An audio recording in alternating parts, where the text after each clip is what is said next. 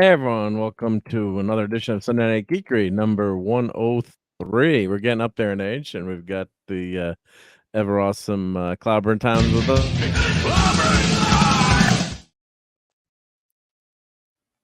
Hey, thanks for having me, buddy. Good to be here. Thank you. Yep. And also we've got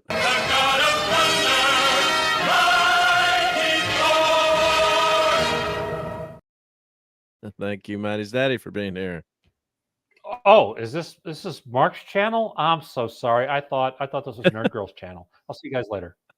Damn. Yeah, well, don't get too spoiled. I think I'm stalking her. Yeah. No, she was great to hang out with. Yes, absolute sweetheart. Yeah. On during the week, and let's say hi to everyone in the chat. And I apologize for starting late because they added this new. It was a new feature. StreamYard we make fun of, but they had a new feature so you can have videos as your background. So I could have like the Fantastic Four. Not that it's any useful in any way, shape, or form, but you could have that as a background. Like I could put Star Trek Piece of the Action and Clobber Times and Steve like we better start the show. So yeah, but apologize for that. But having engineers love to screw around and change things. But that's everyone in the chat. So Chris Persia stopped by. Hey, dropped a like. Thank you very much. Fanty Outsider, hail chat, hail to Phantom. And Courtney says happy Sunday, almost home. Be joining you shortly. All right. Much love to the chat and everyone. So thank you, Courtney. Gwagnar is in the chat. Hail to Gwagnar, and thanks for all those awesome things you've been sending. Yep. Yeah. And let's see. Oh, the Geek and I is back. He says, "Greetings, Earthlings." Thank you, the Geek and I. Hello, the Geek and I. And Apolly's Minion is here with Truck Dog. I love that. Hey, Polly. The Geek and I. That's awesome. The Geek and I is an awesome name. Yes, for a channel. Yep. The Geek and I. There's the Truck Dog. Yep. So check out. It's really cool. I love that. Yeah. So the Geek and I has a really cool channel too. So check out their channel there. Has Geek and I been here before? Yeah, last week. Yeah, last week. Yeah, so we're glad to see a return visit. Yep, absolutely. And, yeah, so appreciate that. I subbed and was watching some of the videos. So nice cool stuff. Yep. All right. So here's Brogoose here, and Brogoose here too. Yep. Yeah. Here's AM's channel. Hey, Brogo. Oh, I know. I forgot to put that we're live in Discord too. I got to do the Discord too. So hail to Brogu. There we go. Let me go into Discord, which is Clobberin Time's favorite place to visit, right? Yeah, I don't go much. Nothing against it, really. It's just that's okay. No good at navigating it at all. Well, it's just another thing to check, I guess, right? Yeah. Adds another level. Of those. Enough social media. But thank you to Mr. Angel for putting the Discord together. And we're not going to talk about food till much later. I got a food spoiler warning, but Mr. Angel did add a Sunday Night Foodery section, Sunday Night Eatery, to the Discord. So thank you for that, Mr. Angel. Yep, much appreciated. Yep, because he does all that work, and I don't know how to do it, so I'm very grateful he spends the time and does a great job doing it. So a lot of our buddies are on there. He's also the only guy who likes Neelix. Yeah. Well, God bless him. Who is? Well, Mr. Angel.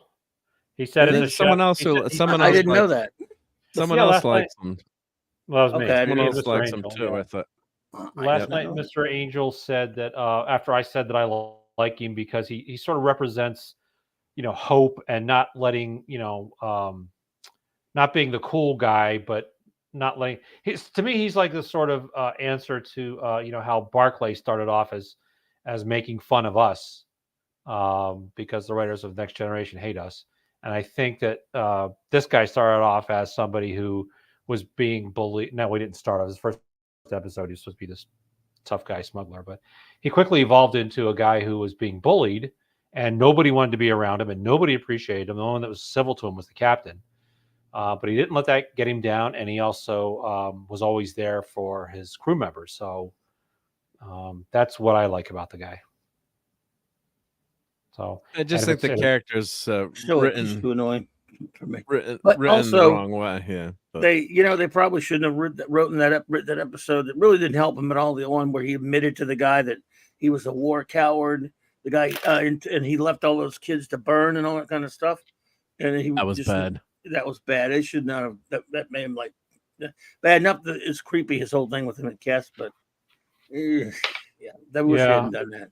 It was poor. That episode was poor right. But he had some really good moments as well. So yeah. But yeah, it's just not just a character that you know what they're going for the comic relief, and for a lot of people, he became an annoying.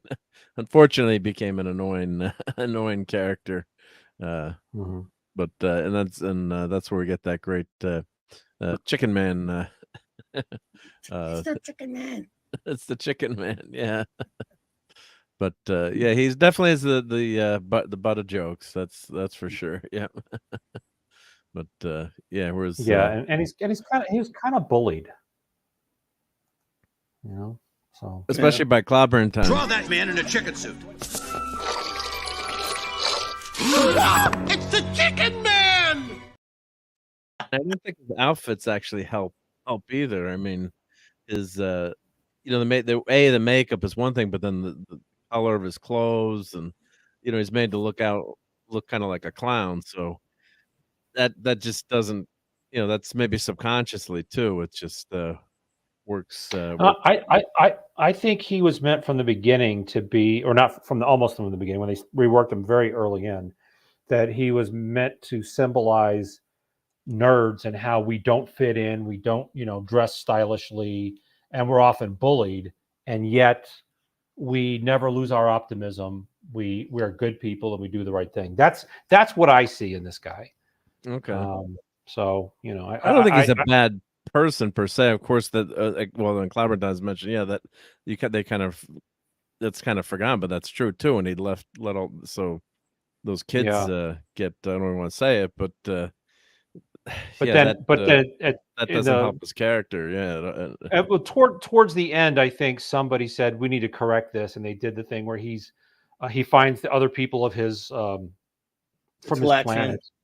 Yeah, and he fights off the bad guys and stays there behind to help them, and I think they did a pretty good course correction there. Yeah. So and even like Tuvok, you remember Tuvok did the little dance thing,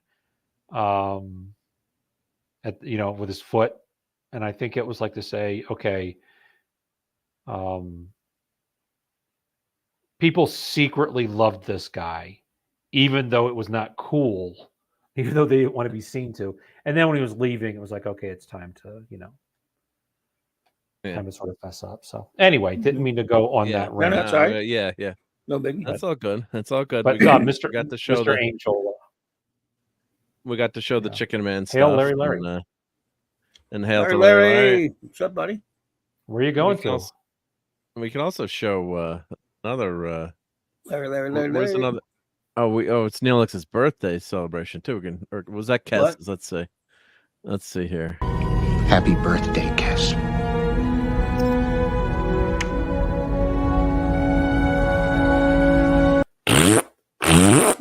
Ooh. Raquel's not a fan. Oh, even if I thought even if he was my favorite character, her reaction to him is so much fun. I get a kick out of it. So I love when she goes off on him and overreacts to him like so much. It's hilarious. Yeah. Have you followed her since? Mm-hmm. Have you the actress that played Kess? Oh, I heard about. We've talked about that. Yeah, I heard about what happened. A lot of what happened to her. I don't know what's going on like right now. I hope she got some help and hope she's doing better because it was bad. She aged 90 years, shaved off her hair, and went crazy and exposed herself to children. Yeah, I heard about that. It's been a while, but yeah. Yeah, unfortunately, she's not doing. I think her and Allison Mack should go bowling. Maybe they are. Maybe they are. Yeah. That was some while back. I don't know if she ended up in jail or what's going on. Yeah, she did some jail and stuff. Oh, hey, Larry, just welcome to World of Ours. Thank you so much, Larry. Yeah, I'm monetized again. So thank you so much, Larry. That's awesome. Yep, much appreciated. Yep. And the World of Ours. That's scary. Yep, that's the Doomsday Machine level. Yep, or Galactus level. So the membership stayed, right? The membership stayed, yeah. So I think if you were a member, you already joined. I think I lost all the gifted memberships. I think that's what happened. So thank you so much, Larry. All right, Larry.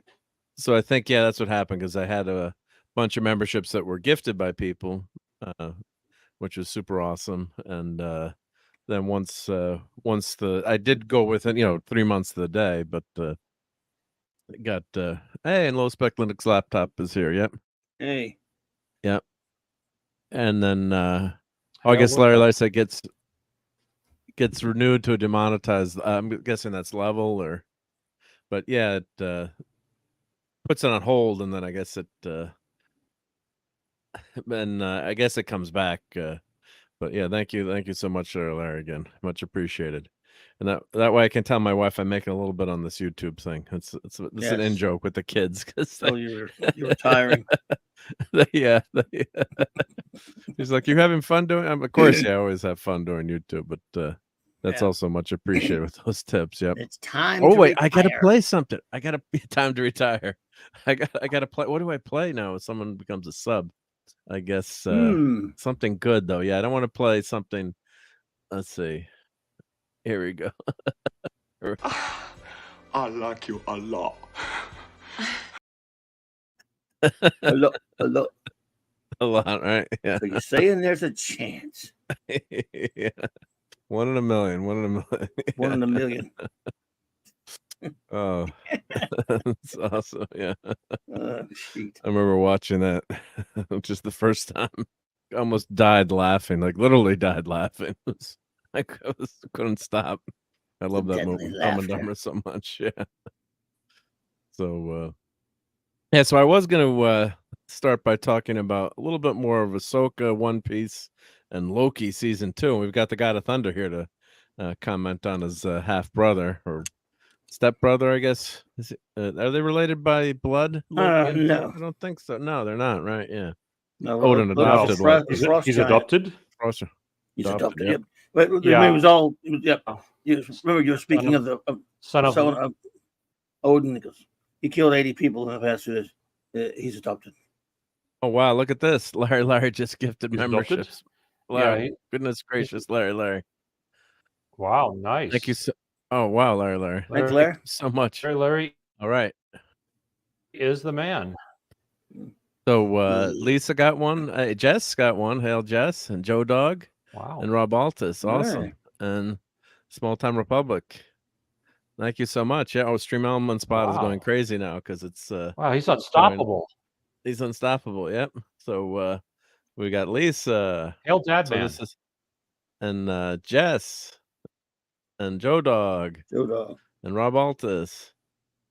Awesome. Hey, Dad Man. Yeah, Dad Man had a long week, so he can't be there tonight, but much appreciated, Dad Man. And I got to play something for Larry. But while you're here, of course, we always have to play this for our buddy Dad Man. So I hope you have a much more restful week next week, and don't fervently emote too much. Never that way. God damn it, Mark. Jeez. Oh, yeah. Never that way. God damn it, Mark. Jeez. Oops, I clicked on it twice by accident. Sorry, I apologize. But yeah. oh dear. But thank you so much, Dad, man. Oh, and this is what do I got to play something good for Larry. No, that's no good. Oh, here, no, don't. When do you got to that play yet. filth? What's wrong with you? I hit that by accident. Let's see here. Sorry, Larry. That was an insult to Larry. No, I don't. Let's see. He plays with toys, It's a model. with little figures. Little figures. Again, Yeah, insulted him, but okay. No, well, yeah. Play something cool. That's Worf. Play something cool. What's For Larry. the coolest?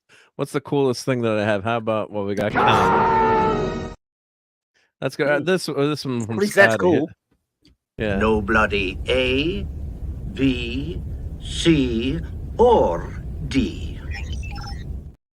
That's much better, good, lad. That's much better. Well done. Well done, laddie. And that's an old standby classic. Yeah. And if anyone insults me tonight, I'm ready with this new clip.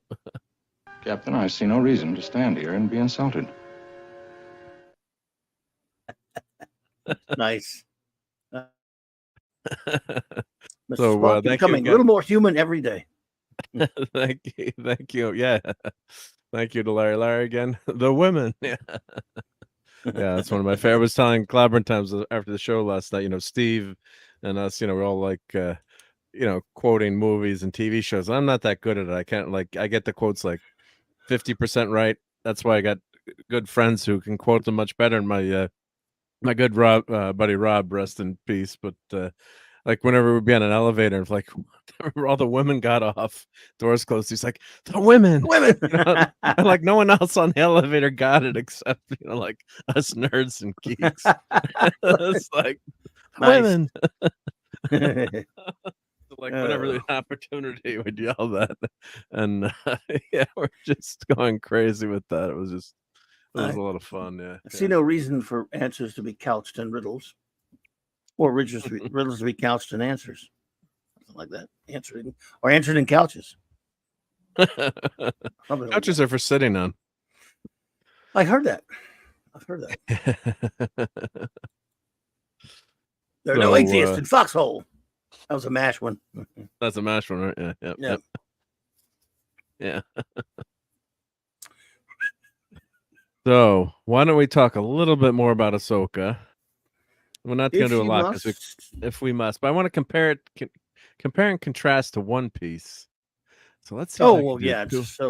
That was because what I did. My son came home. He's got a few days off from college, so it was his girlfriend's birthday. So they were hanging out back here and came home. And let's see, can I get this to do 3 different windows? Let's see. So they came home. We watched what the heck did we watch last night? We watched Loki. Okay, we watched Loki season 2. And I said, well, let's watch something really good. Let's watch let's watch One Piece.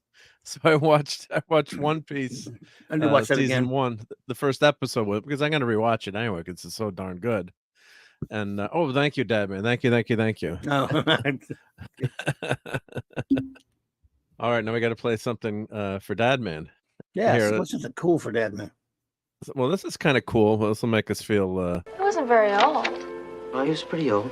He was 41. Oh yeah. Oh, that's old. That's old. That's old. Yeah. Or how about this one, Dad, man? Don't order this tonight. This evening, I shall go for the squid platter. Ew. With extra tentacles, please. Why don't you play him something fun like I'm Gumby, baby?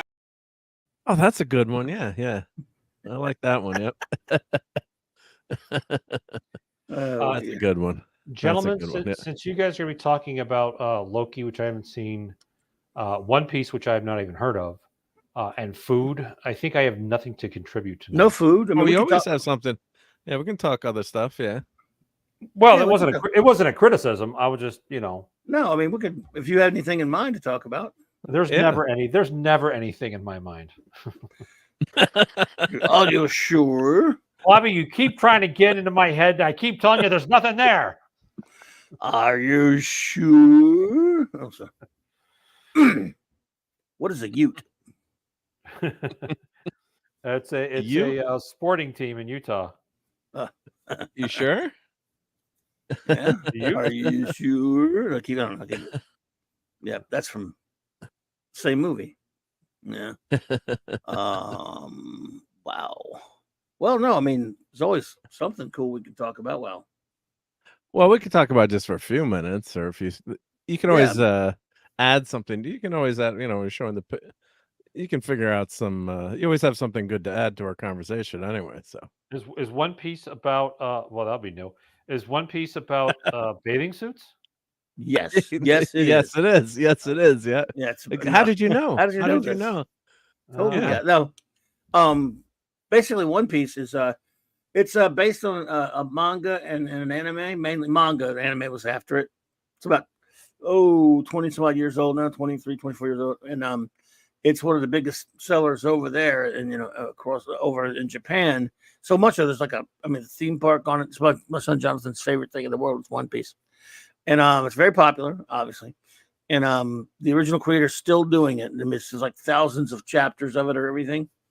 And what's remarkable is this: they finally, after all these years, for Netflix. They just did a live action TV show of it, and everyone was expecting it to be god awful because the last time I never watched Cowboy Bebop, but there are a lot of people who really like it. That's a popular anime, and they did a terrible live action adaptation of it last year that the fans really hated. So on Netflix, so everyone was expecting, and it's a lot of the same people were involved. So now the next big one is One Piece, so they're going to ruin that and piss everybody off. Yep. And so I not watched it. Jonathan's always trying to get me to read and watch, read One Piece, the manga, and always trying to get me to watch I'm just not a big anime guy personally, but so all these people all of a sudden who are dead set ready to just rip it down. Rip it a new one. They're ready to just tear it down and go after it like they did Cowboy Bebop. We just couldn't blown away how good it was. It turns out, of course, the guy who created it and who draws the strip is complete and total charge of it. So I wasn't even going to watch it, but all these people were going nuts over it. So I thought, I'm curious now. They got me curious, and I watched it. It's only 8 episodes. They call that a whole season on Netflix, and just loved it. It was extraordinary. It was really incredible, beautiful, such great enthusiasm and exuberance. Just a wonderful fantasy show.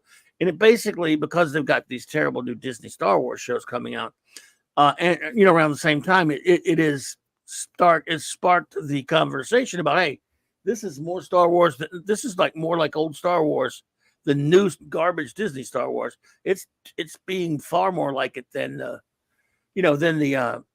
this modern Disney crap is. So it's doing very well, and fans are happy because it turns out if you give fans what they want, you could probably do very well with it. Now it's hugely successful, and there's going to be more seasons of it.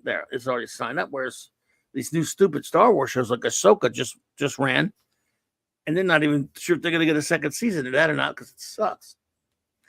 So it's a basic rundown of One Piece, and it really is good. Yeah, I don't know if you even have Netflix, but yeah, I'm gonna pull up some pictures, and maybe we can entice Maddie's daddy to watching it. Or you don't have Netflix, do you, Steve? No, I don't have a way to watch it. I don't. Yeah. Okay. Yeah. I do not subscribe to your theories. No, I don't subscribe to any streaming services. I don't have Netflix either, but a certain wizard of a man named Marc D with a C made sure I was able to watch it. Well, yeah, we wizarded that over. He's a wizard. He's a philanthropist. Yeah. He just has wizard ways. You thought he was Episcopalian. Don't try and frighten us with your sorcerer's ways, Steve.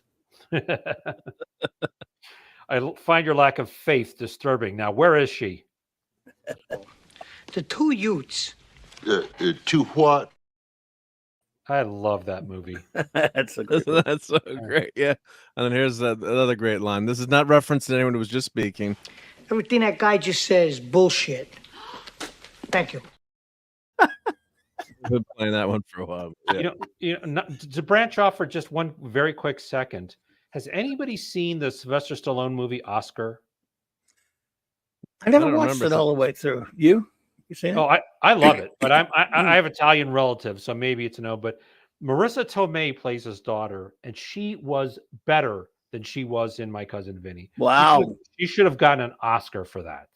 Wow, because got an Oscar for My Cousin Vinny. She was brilliant. I know she did. Yeah. She was brilliant in Oscar. She was great. Yeah, she was just great. Hank Azaria's in it, and Chaz Palminteri, and Tim Curry as Dr. Poole. Brilliant. Isn't Ornella Muti in that? Yes, she is. Yeah. She plays Marissa Tomei's mother and Sylvester Stallone's wife. Oh my. Yeah. Oh my.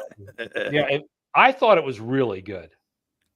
Wow. I think I ever saw it. Was it in the 80s or was that in the 90s? Good night, Dad Man. Night, Dad Man. It must have been in the late 80s or early 90s. It's a it's one of Kirk Douglas's last roles. And it's a comedy. Kurtwood Smith is in it. I mean, everybody is in this movie. And Marissa Tomei plays his daughter. Now we're talking Prohibition era, and he promises his dying father, Kurt. Who did I say? Not Kurtwood Smith. Kurt. 1991. Kirk Douglas. Thank you. Yeah, I was on Kirk Douglas. He promises his dying. He's a gangster who promises his dying father that he'll go straight on his deathbed. I thought it was really funny, but I have Italian, relatives, so. But Marissa Tomei was awesome in this movie. Huh? Can't remember if I've seen this now. We have an Italian host. Watching. We have an Italian host. His name is Marc D. So. Yeah. So. Yeah, and you have an Italian friend you've known since you were like knee high to some Star Trek. You guys like Italian? You guys like Italian? Yes. Yes. No. No. Yes. No. No. I love Italian. And so do you. So does he. Yes. Don Amici. Yeah, which is Italian for Italian? Don Friends. Well, if it was spelled with an I, it would be friend. It's the word for friend. Don Amici. Amigos in Italiano. See. Larry Chaz Palminteri. Oh, he's great. He's great too.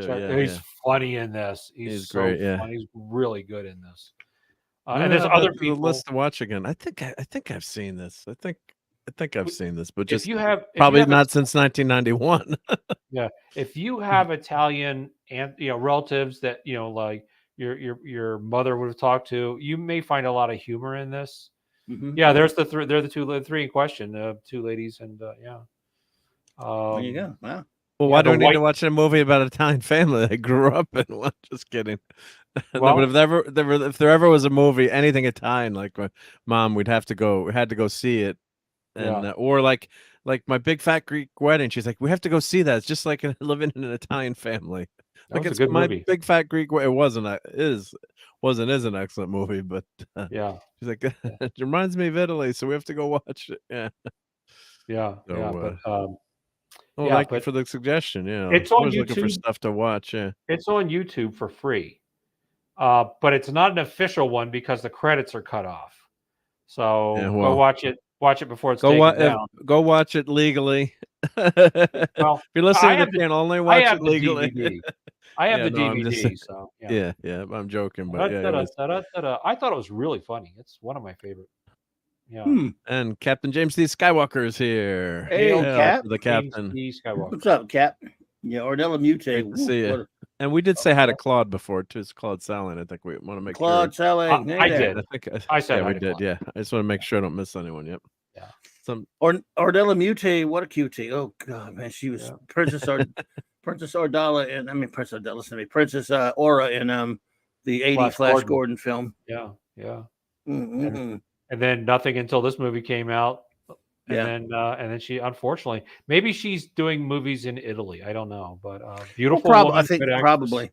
Yeah. I mean, her range is pretty good because she's very much like an Italian mother figure in this.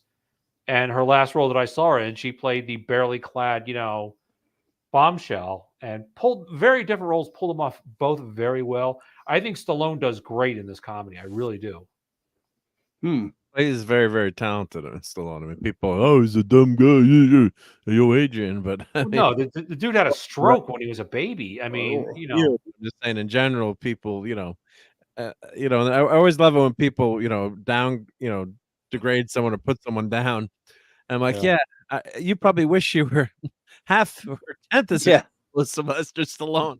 I mean, he Hey, wrote, I'm broadcasting from my mom's basement on YouTube. Stallone, yeah. What a loser, Stallone's dumb a guy. loser, yeah. Yeah. Well, let's see. Stallone was offered like 20 grand for The Rocky script. Yep. Yeah, for the Rocky script, and he said, "Dude, I'm good acting it." I'm playing him. I'm playing with. Yep. And he had no money at that time either. Yeah, and all he of had to sell Hollywood Butkus, his dog.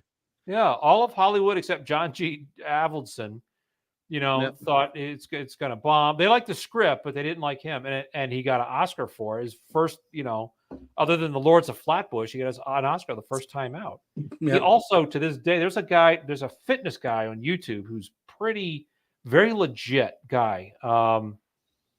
His name is Jeff Cavalier. He's got a thing called Athlean X, and he showed a clip of Stallone. Imagine doing a pull-up.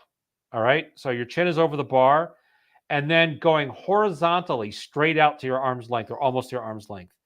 Stallone at like 70 was doing those because he saw him on this guy's channel. Wow. He also, anytime anybody asks for an autograph or a photo, he happily does it. So I'm solidly in the pro Stallone camp, even though he's made a lot of, even though he made Stop or My Mom Will Shoot. Yeah, he's the story behind that one. Yeah, Schwarzenegger tricked him into it. Yeah. So he's a good dude. He is a good dude, and he has more range than people give him credit for. They make fun of his speech, but the guy had a stroke as a baby. Yeah. And he didn't let it stop him.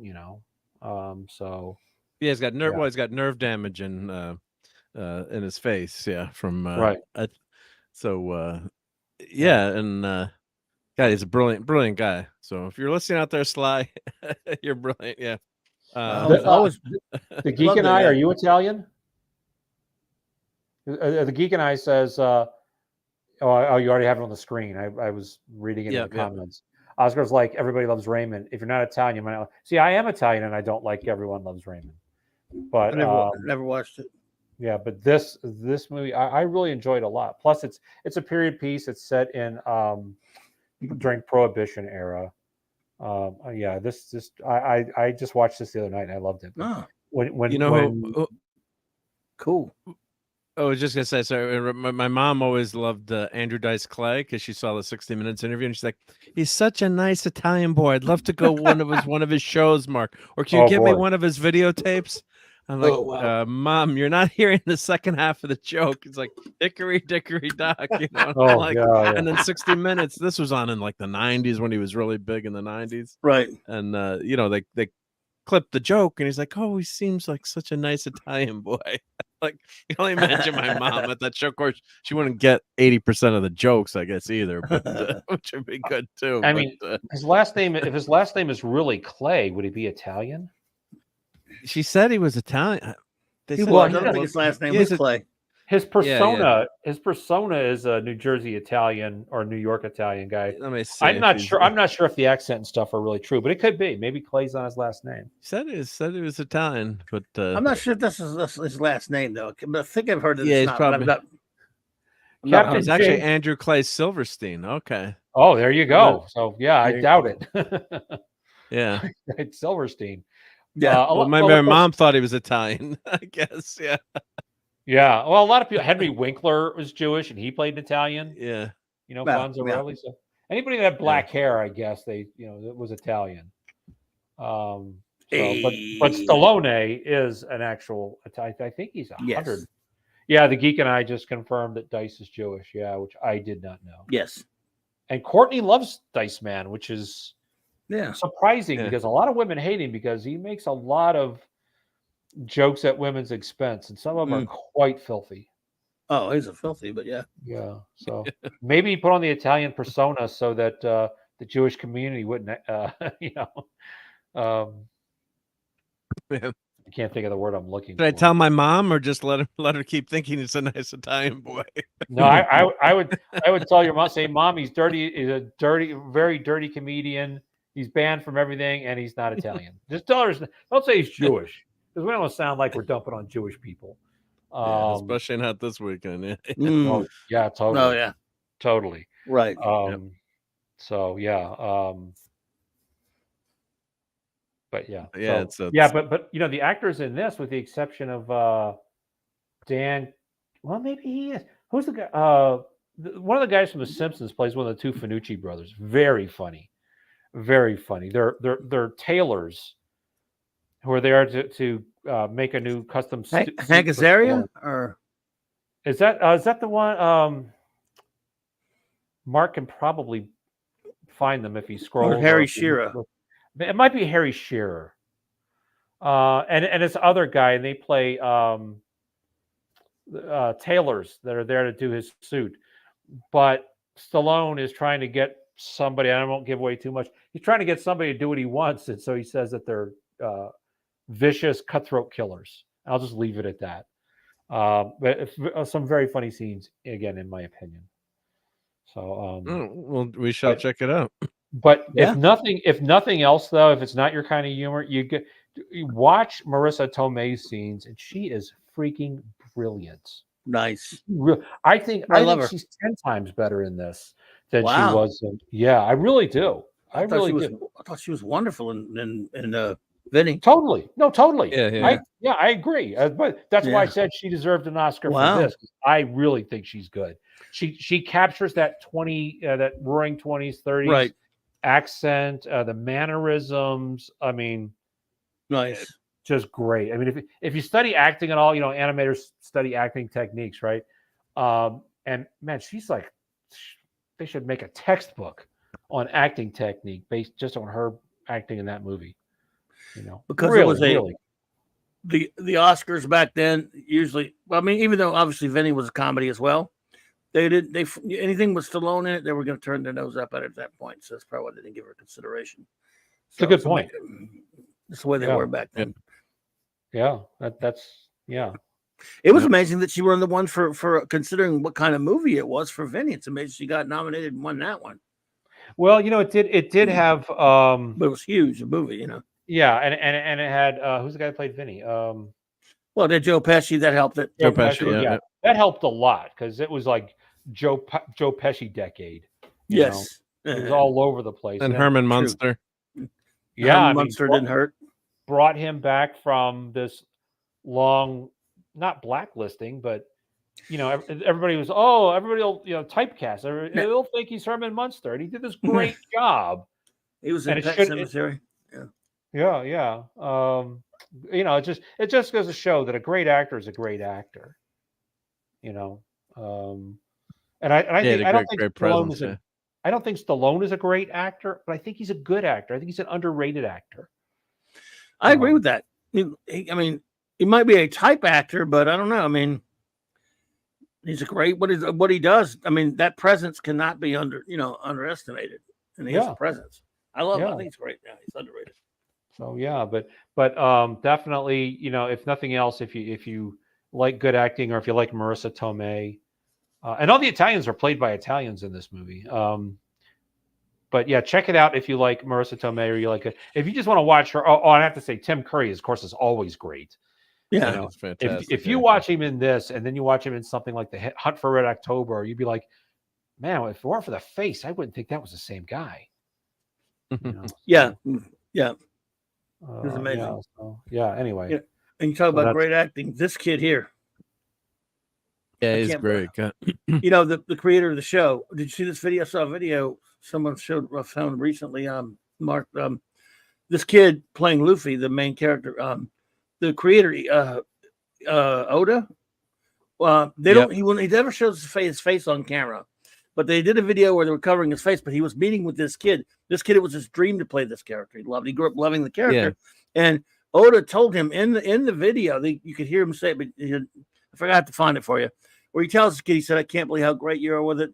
I hope you play him forever," because he was blown away by how he took his character and played him on the big screen. And the kid, on the screen, and the kid says he wants to play him forever. All these actors grew up loving the manga. Anke Godoy.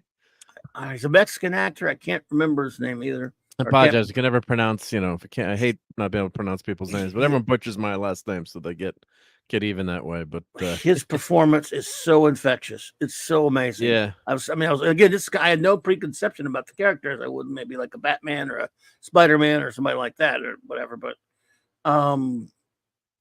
fans of the character probably did have a lot of preconceptions. But the thing is, the creator himself was blown away by him, and he loved the kid. And I mean, this kid from get-go, he's just got so much charisma. He's so much fun. I think that scene in where he tells when Nami, after all she did to them, asks for help, will you help us? And that just one shot when it comes up on his face, and he goes, of course we will. I mean, I'm a different kind of pirate, just totally. If you don't know anything about this, you can go in cold. Obviously, you got to know it's a crazy. I didn't know anything about it either. It's not Earth. It's a crazy world building thing. The world building of the show is amazing, but you can start out watching this thing, and you'll get sucked into it pretty quickly. And he's a great part of that. All the characters are though. No, it's just so refreshing. So I was watching season 1, the first episode last night, and what's fun too is now that you know the story, you just pick up on so many more things that are going on in that story. So it's just so nice to see that joy and then going back, these aren't spoilers, but this is the first episode. These three get together. So if you've read the show or know anything about the show or the comics, the live action, then you know that this is they eventually become a team. But they keep saying, I'm not part of your crew, and knowing what the characters go through, it's so much fun to see them together, getting together for that first time. And they're like, we're not part of your crew, we're just kind of thrown together. And he keeps saying, I'm going to be the king of the pirates. Everyone's going to remember my name and know who I am. And his introduction is just so fantastic. And he's so uplifting and hopeful, like Clobber Tom said. It's kind of like so much fun, man. It's just like I was amazed. Yeah, he's not Luke Skywalker, but just that hope or that excitement you get over watching a character, because he's always true to himself. He never contradicts his belief system, and he's like, I'm a good pirate. There's good people and bad people of everything. He's like, I'm a good pirate, because pirates are bad usually. So he goes, when you thought you were a pirate, I'm a different kind of pirate, because he's good. Yeah. And again, you said you were kind of shocked. You didn't even know when you were watching. You didn't know he had superpowers or anything like that. No, I didn't even know he had superpowers. So I was watching it, and I was like, oh, what the heck is what the heck is going on? How is he that? This is nuts. Yeah. So I was it's shocked so many people. This thing is getting so many people that just turned it on because it would look kind of interesting or look kind of out crazy. They thought they'd give it a shot, and now they're like, what is this? As far as something in live action, it's unlike anything that's been seen for a while, I would say. Yeah, because usually they kind of tear down the characters, always deconstructing characters, and then they're making fun of certain people through the show, or the show, like She-Hulk, you could say, was directed at certain fan members and things like that. So it is Marc C approved, and it's also Clobber Times approved. And we never tell people to watch anything, although I always try to get Clobber Times to watch Stargirl. But God, he made me watch Blake 7. I can't believe he's making me watch Blackadder. Yeah, he did. Yeah. So it's great stuff, and it's I think Maddie's daddy would, if he had a chance to watch it, I think he would enjoy it. And it's not, it's not animated. He's an animator, but I wonder what he would think of the composition and how it's set up. So it's it's just uplifting. And then you go contrast that with Ahsoka. So I was just watching, and Ahsoka was just so slow. And there's really not a wasted moment in One Piece. If you're watching Ahsoka, and it's I mean, it's just we'll talk about Loki too. Just not a good series. And then I thought it had a few. We've talked about this enough, but I just wanted to compare and contrast that first episode. You were so excited to see One Piece, and even if you're getting introduced to different characters, there's no joy in this show. Let me just see if I show me more of live action. Complete joyless turd. Yeah, and it doesn't end well. Thrawn is not impressive, and then they have all the big, and this is not a spoiler because you never find out. But Thrawn, I guess they're transporting all these crates off the planet that he was at, and I guess that's why they never went away, or they're waiting, letting our heroes attack them. They've got a Star Destroyer that could just fly away, or and Blake Seven's excellent. Yeah, you can't. Well, we never say it. We think you'll like it, Captain. Yeah, but yeah.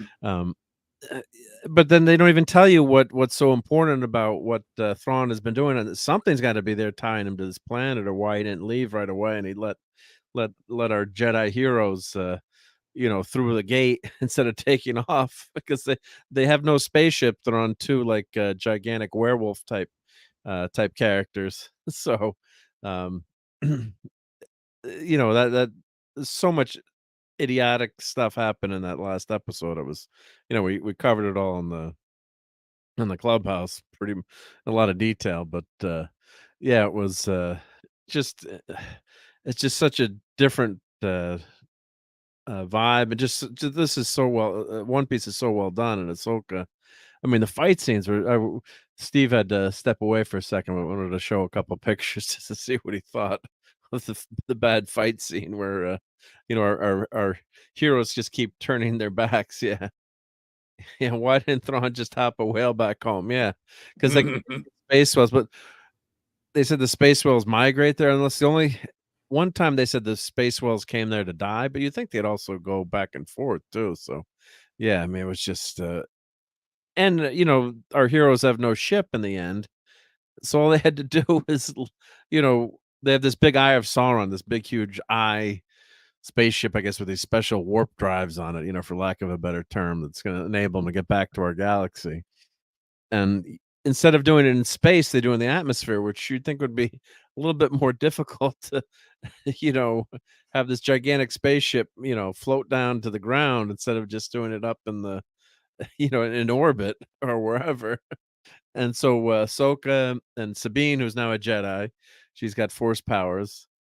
They're riding these, and Bridger are going to attack the Star Destroyer, and the creatures are cool. There's like these gigantic, mean looking wolves, although they're end up being super friendly. And they're launching an assault, and they can't hit them. So they're, the Star Destroyer can't hit our heroes as they're on the going on this assault, which was just ridiculous. So it's yeah, the whole episode, there's just so many holes in it. It's just terrible. Yeah, so the Star Destroyer is let me just I can show the picture. Yeah, so the Star Destroyer is here, and it's docked, I guess. I guess it's still, got anti-grav or whatever, can hang out there. So then our heroes go off after it on their on their wolves here. Let's see, can I skip to let me double click. Don't have to go start and stop. Oh, if I go like that, I'll switch to it. Yep. He's taking the Star Destroyer with them. So yes, so they go on this assault. Yeah, with the space dogs. And yeah, they're getting shot at, but they're not getting hit, of course. Well, every movie or show does that, of course. Our heroes aren't gonna get hit. But Thrawn's just waiting and waiting and waiting, and doesn't send them away. So send the ship, like, let's leave now before we give them a chance to open up the doors, and get through. and take us out. So yeah, it's just It's and ridiculous. the choreography and the fight scenes are just. I watched it 1.5 speed at one point, just to, I'm making these slideshows and for the Thursday night clip, but I like, oh, the fight doesn't look that bad. Then I'm like, oh wait, this is 1.5 speed. This is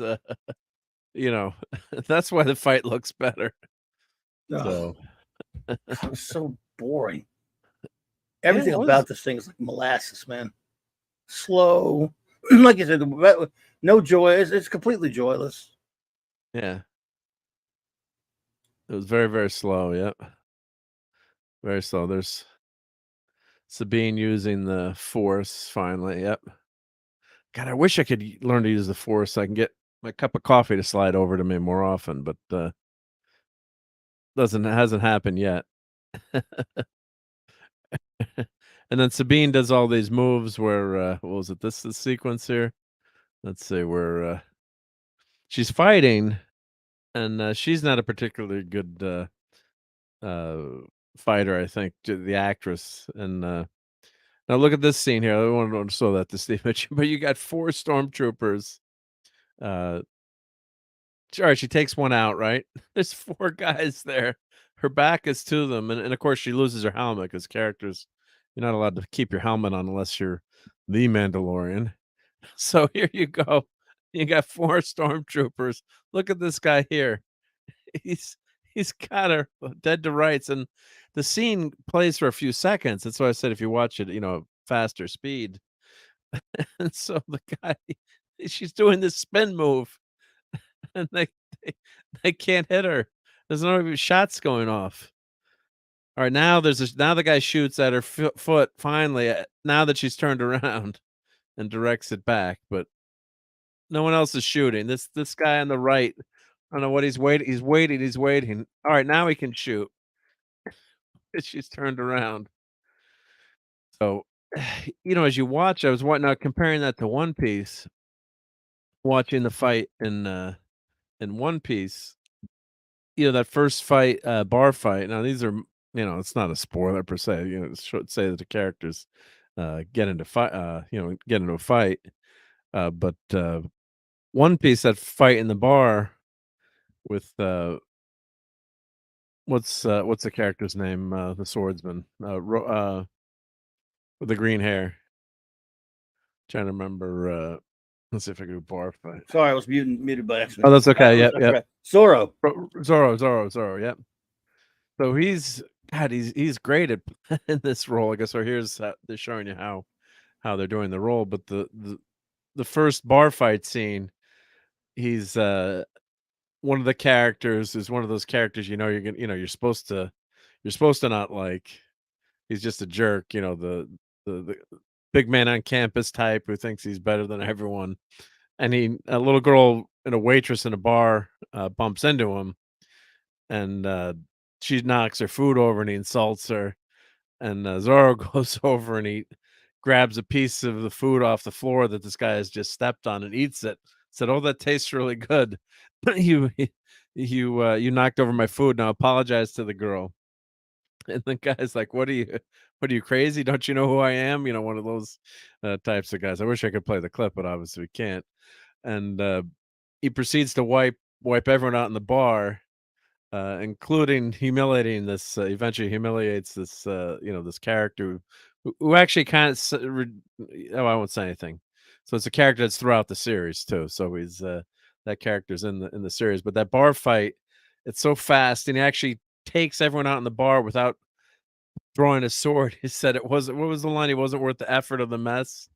So he's using his hilt, and the choreography makes our hero, one of the heroes there, work so well because it's quick and you don't have, they're not turned around for 6 seconds. They make it, it's fantasy. It's, unrealistic, but they make it look as realistic as possible. So I just love the way they do that. And what did you of course you remember that bar fight, Clobby, but what was your reaction to that first scene? You know, seeing that for the first time. Albert time's there. Oh, he's muted. I don't know if he's means to be muted. Uh-oh, I'm solo now. You guys are stuck with me. Well, when my guests get back, we'll ask them what they think. But and hail to Monkey Jeebus is here. Hey, Monkey Jeebus. And Lisa's still upset. I can't get over the fact she has 0. No, well, Lisa, you and I maybe will develop force abilities pretty soon. So you know, just keep practicing, try hard enough, and you too will have force abilities because everyone can have them. Yep.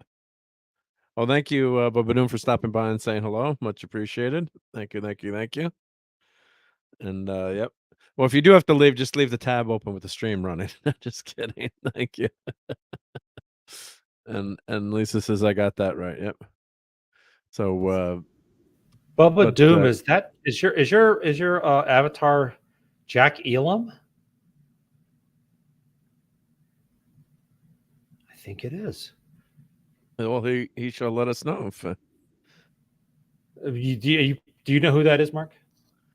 no, I do not. Oh, he was or refresh my memory. An actor.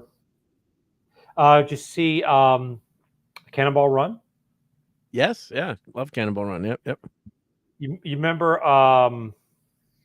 Cars and what's not to love? Guys, yep. the guys that were driving an ambulance and pretending to be paramedics. I think that was Dean Martin. Not Dean Martin. Okay. No, not Dean Martin. The guy with the mustache. Burt Reynolds. Burt Reynolds. Yeah, Burt Reynolds. Yeah, and they needed a doctor, and they had Jack Elam, and he did a lot of comedy because he had a wandering eye. One of his eyes would just sort of randomly. Yeah, but he was a lot of westerns and things like that. So. Oh yeah. Anyway, now I recognize it. Yep. Yeah. Oh, well, I played the villain. Larry in Western. Yeah. He did. Yes. One of those actors you see all the time, right? Oh, support your local sheriff too. Yeah, I think that is, if it's not Clobby's favorite movie, it's way up there. That's with James Garner, right? James Garner, yeah. I think he played his deputy and / town drunk. But it's been so long since I've seen it. Although that's also free on YouTube. And that one I believe is actually legally, Yep. Once Upon a Time in the West. Yeah, Larry. Yeah, so yeah.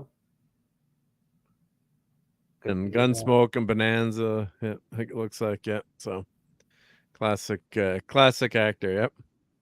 Yeah. And he was another guy, he could play villain, another good actor. He could play villains, he could play comedy, he could just do a lot. So sorry, didn't mean to sidetrack the No, that was good. Yeah, I was gonna ask Clobber times what he thought about Zorro's first bar fight, but we're talking about the compare and contrast. The fighting and the choreography is just so good in One Piece, and his character is just he's carrying 3 swords, and there's a line in there.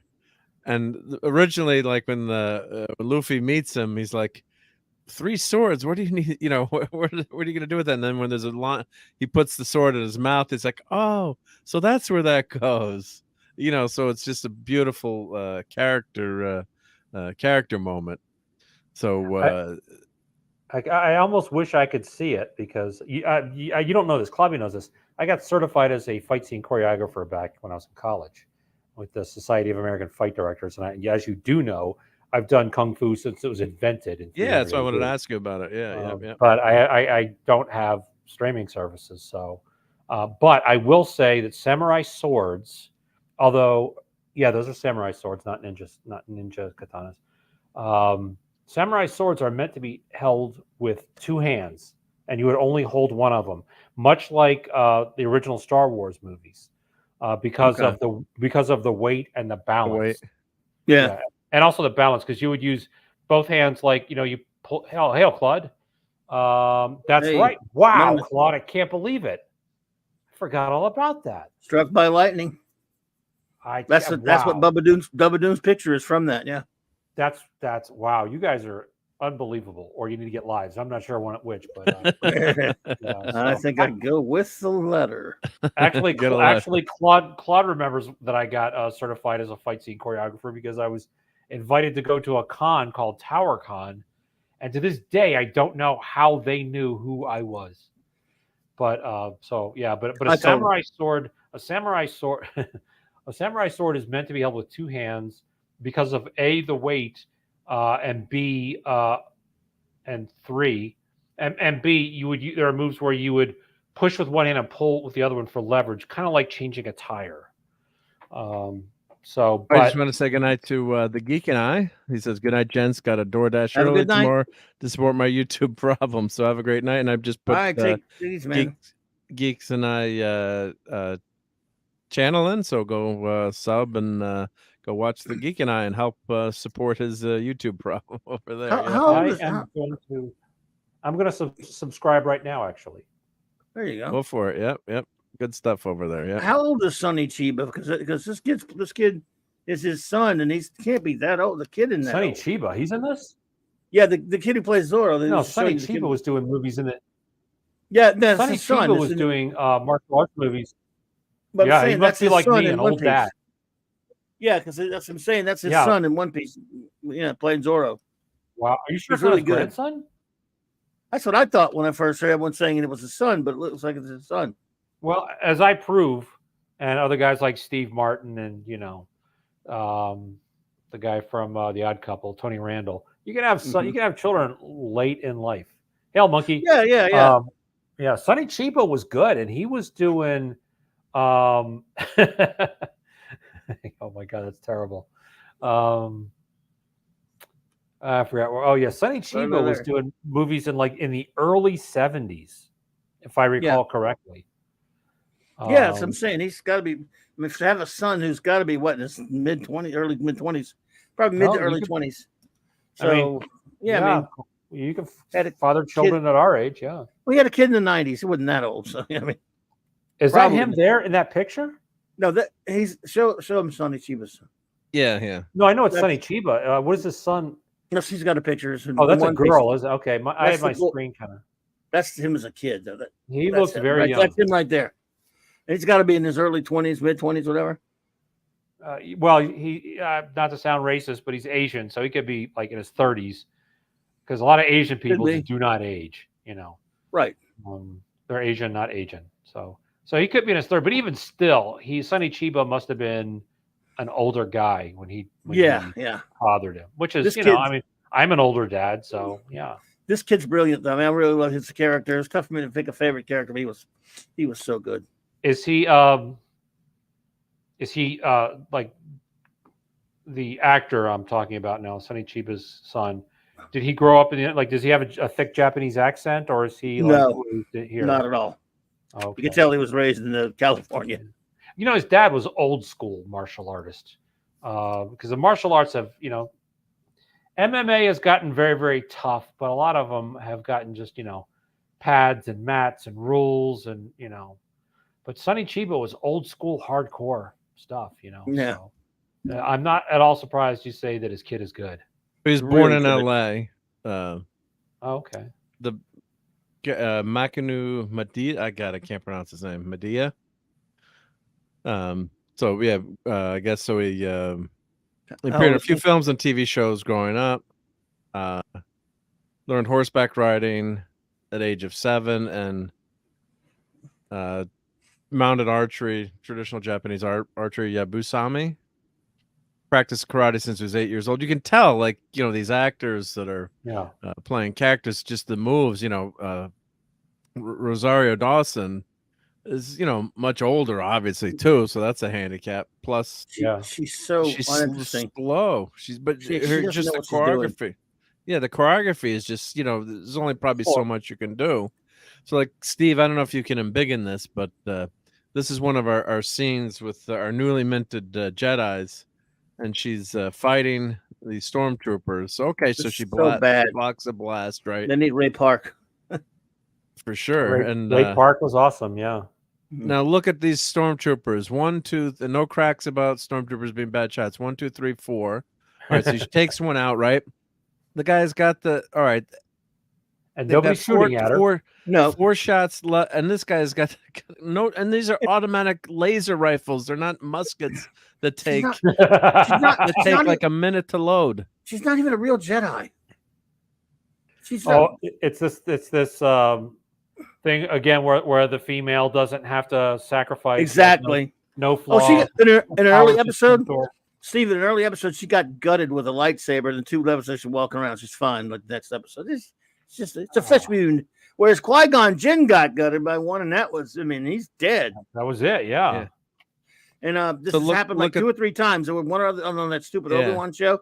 There were a couple of times where women have been, I mean, run through with the freaking lightsaber. And if you run through with a lightsaber, I'm sorry, man, it's over. Especially if you twist and spin it around a little bit, but no one seems to do that yet. That happened to me twice last week. I just can't catch a break. Can't catch a break. So look at this, and neither can the Cowboys. But look at this. I mean, just all right. So how many scenes do we have here where she's spinning back? She's backwards. 1, just so bad. 2, and this is clipped like a few seconds apart too. So it's not like all right. The guys are 1, 2, 3, 4. They still haven't shot. Oh, now we'll shoot. Now that she's starting to turn around, we'll let her come over here and kill us. And then this guy on the right, he can't get the shot off, of course, right? And the guy on the left can't get no one can get a shot off, right? Now they finally shoot. They're shooting now. The other guys aren't shooting. It's like she's got Mandalorian armor. At least if they could have her, and kept her helmet on, you could say she got shot, because the Mandalorian armor would, block the laser blasts or the. So no one is. She's take this guy now. The other guy, the 4th guy, still isn't shot yet. He's waiting to shoot. Okay, now you can shoot. Oh wait, no, wait, don't shoot. Let me run up to you, so I can kill you like that. It's like the trope about the big fight scene where the hero is fighting one, and everybody waits their turn. Right. At least with that, you could say, oh, they were looking for an opening, or they didn't want to clash with the other guy. You can't say that when you're shooting. No. Yeah. Then look at this poor guy. He's on the ground. He's able to get up but not shoot. No, not shoot. Oh, he's gonna get chopped up. This is just and imagine watching it in real time. I can't play the clip. It's so slow.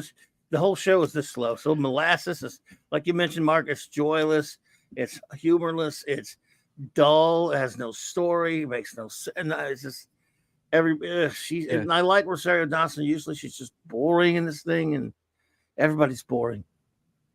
Is that Rosario Dawson?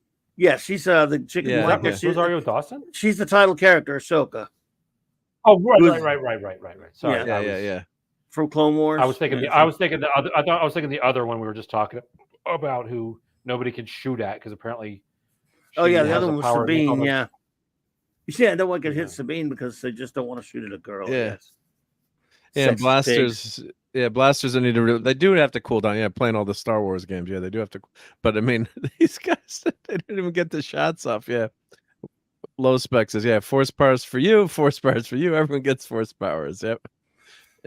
Yep. Because she's not a force sensitive, and yet she can't be a Jedi. I'm sorry. I think you kind of need to be force sensitive to be a Jedi, but whatever. Come on, Cloudburn time. Sabine is Ahsoka's Padawan. She's forced by osmosis. Yep.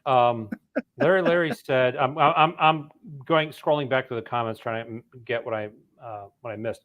Larry said that Sonny Chiba was in his 80s, and he died. Are you saying Larry? Are you saying he was in his 80s when he died, or when he fathered his son? If he said when he fathered his son, I would totally believe it too. Wow, that's. Yeah. So I just want to wait for that to see what he. Yeah. Oh, hail JT Kirk. I don't think I hailed you, sir. So JT Kirk. Hey, Lions, big win for your Lions today, buddy. Doing Lions good. You got a good year going. Yeah, congrats, man. Lisa, I'm not sure if I hailed you, so hail to you. Hail to Lisa, always hail to Lisa. Yeah, or sleet, either way. I mean, whatever your weather pattern of choice. Yeah. Hail, sleet, snow. She's a mailman suddenly. She's a letter carrier. Yes. None of them will keep her from her. Hail. Okay, now she fights a woman, and let me guess, the woman is much better than all the men. Nope. She'll kill her. Okay. But the crazy thing is, this woman becomes a witch. So they go to this. A witch. So they click their heels 3 times together, and they travel to another galaxy in a space whale, and they witches decide to reward her for finding them in the other galaxy. So they click their heels together 3 more times and pull a green sword that lights up out of thin air, and they give her allegedly some powers that really only thing they do to her is give her much lighter complexion with tattoos on her face and glowy green stuff, and they don't really explain anything. But she becomes a expert swordsman from that, I guess, because Oh boy. Snips here, who's been fighting her whole life, probably since age 8, is having trouble with her, and can barely handle this old lady who's got a green flashy sword now. I was gonna say it looked like a Power Ranger sword, but I don't want to insult our buddy Don Power Ranger, because Power Rangers are very cool, and this character is not cool. They're cooler than these things, that's for sure. Yeah. So, and I mean, it's ridiculous. And so the other thing is they've got to stop the ship from escaping and Thrawn, the big bad blue Papa Smurf, from escaping. So there's 3 of the characters, and they've got this witch surrounded. And Ahsoka says, "No, you go on," instead of like all 3 of them get. I don't know about you. Like if you and Steve were fighting, like if Steve was fighting a big bad, dude. Well, maybe I would say Steve's got him, but clobbering times, and I hopefully wouldn't like go on the mission. Like we're not going to leave our buddy to fight to the death, with someone. Like maybe we're going to help him out. So, does she weigh the same as a duck? So that's JT. Yep. So. I'll have to go on YouTube and see if I can. I'll have to go on YouTube and take a look at these fight scenes and see how they are. They'll probably put them on there. Does it look like they use a stunt double who knows how to use the sword for Rosario Dawson? No. That's the problem. So. Not at all. Wow. They don't really give a shit. It's a really boring. It's the Iron Fist. It's the Iron Fist problem all over again. Yeah. We'll get this uncoordinated. Yeah. Just get a real fighter. Put the mask on him, and That's what they should have done. Yeah, if they were smart, they would have. They really don't give a shit. The Power Fist mask, and to defend the actor too. I think he had like 6 weeks to get ready for that role or something, or 4 weeks. I read about.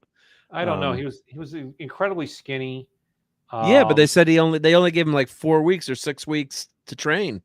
So I don't care who you are. I mean, to be in that kind of shape, for a Power Fist role, you've got to have like a Bruce Lee type physique, right?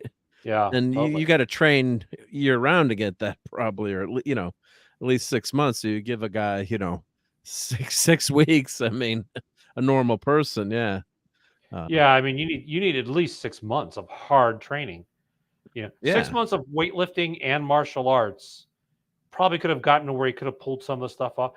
In the very first episode, the very first thing he does after he leaves the breaking into the building, Meacham, after Meacham, which was cool the way he broke into the building. I thought, he and then sidesteps the guys, and he kind of just uses some judo, look like judo techniques to like kind of get use their force against them. But that's older than judo, but but that looked good. I thought, and then but it wasn't really fighting. But after that, they did a fight scene where he just does he puts on a mask because he's going through some, I don't know which festival it was, but the full moon of Maine festival or something. But and he grabbed the mask out of a garbage can and put it on so they could. And then they had the guy that could actually do the flip and the Shaolin long fist type punch to take out a couple of guys. They should have kept doing stuff like that. They should have made the mask, like maybe the mask was something that was a time honored thing in Kunlun, or as they say Kunlun. But they didn't do anything. Oh, and hail to Mr. Angel. Says good morning. Good morning, Mr. Angel. Chef. The chef is here. Chef. Morning, Mr. Angel. Mr. Angel. Oh yeah, I'm not gonna say the next line. I knew you were gonna do that. I knew one of us would do that. So anyway, yeah, but this, yeah, Rosario Dawson. I can't imagine her doing a good fight scene, but I'm gonna definitely. Matter of fact, I'm gonna. I mean, she's serviceable, but YouTube just now, not maybe not Star Wars level. That's what stunt people are for. Yeah, but I guess yeah, that's the problem. exactly. You can't, and she's wearing all that makeup and. Yeah, I mean, they could have. Yeah, headpiece these days, got they to could be have pretty even heavy too. done the fight scenes with a digital. Right. Yeah, do motion capture. Get a. Yeah, and if they didn't, that's just one problem that they have is that they come up with the release dates first for movies, and then everybody's got to like shoehorn everything in to match that date, Yeah. And that's not a way to you can't. It's like running backward from the finish line or something. It's just a bad thing. Yeah, it's terrible. Yep. JT Kirk, come to Vegas and work out with me. Hey, hang on a minute. JT Kirk says you can put on weight, just not on your arms and come to Vegas and work out with me, buddy. I'll get your arm. It doesn't really show. There you go. There you go. Now we got you. Yeah. Oh. Where's the camera's so high? JT Kirk, come work out with me, buddy. I'll get your arms. Actually, I need a workout partner too. So, hear me now or believe me later. I'm always trying to get people to work out because it's the last few years they found out that working out is more important than even diet for longevity. So I've been working out. Your seat's in there, Four Eyes. Yeah.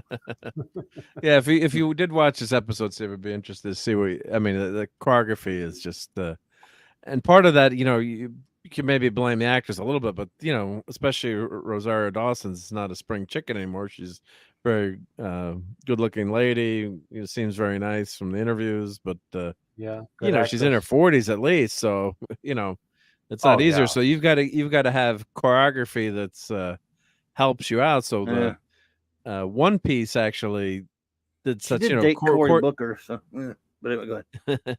Sorry. That's all right. Yeah. One Piece, that fight scene, of course, you're dealing with an actor who's an expert martial artist, but God, that Clebernez, what did you think of that opening bar fight scene in One Piece where he goes against the big man on campus who's insulted the girl waitress, the little girl there? I'm trying to remember the first episode. Yeah, the first episode where where Luffy fought those guys? Zoro feeds the food off. Right. Before he gets thrown in the brig. I mean, wasn't that a wonderful choreography there? And I'm no choreographer expert, but I can tell when a fight scene is fun and exuberant, and or just you could tell the guys knew what the hell they were doing. Yes, it was really great. I mean, all the Zoro fights are incredible. He's extraordinary. Yeah, yeah.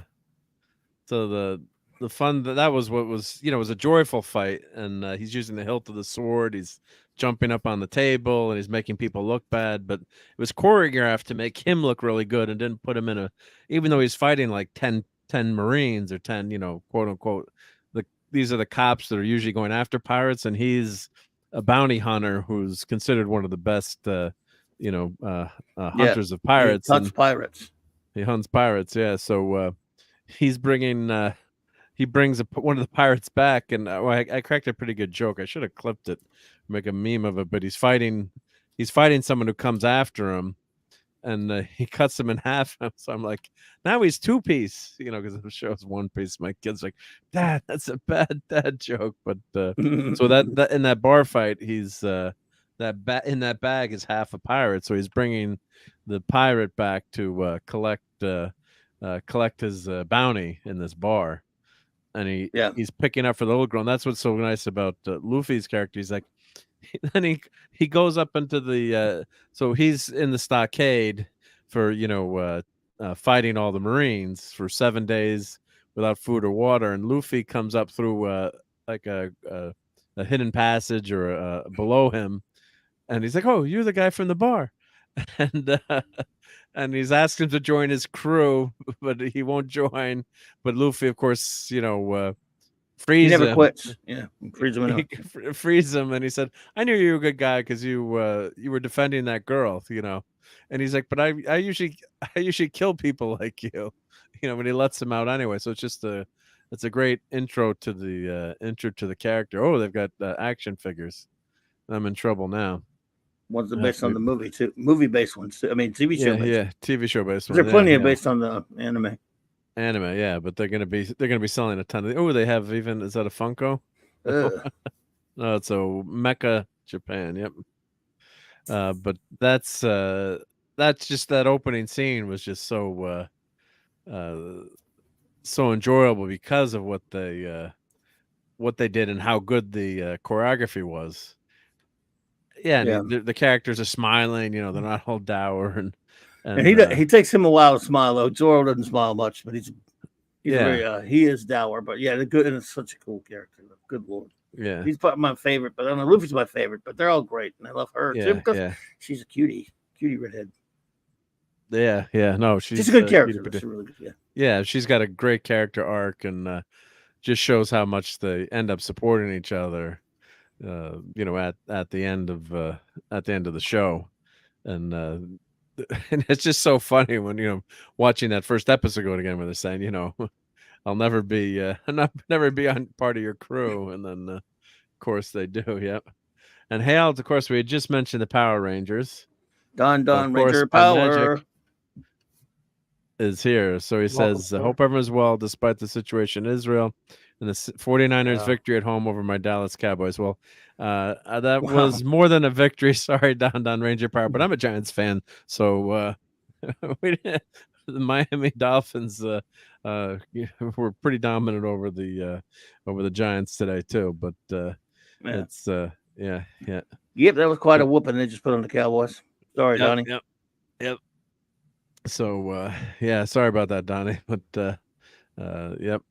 The Niners are looking pretty good. I'd say they were one of the favorites for the Super Bowl. Yep. The Cannibal Boss. Yep.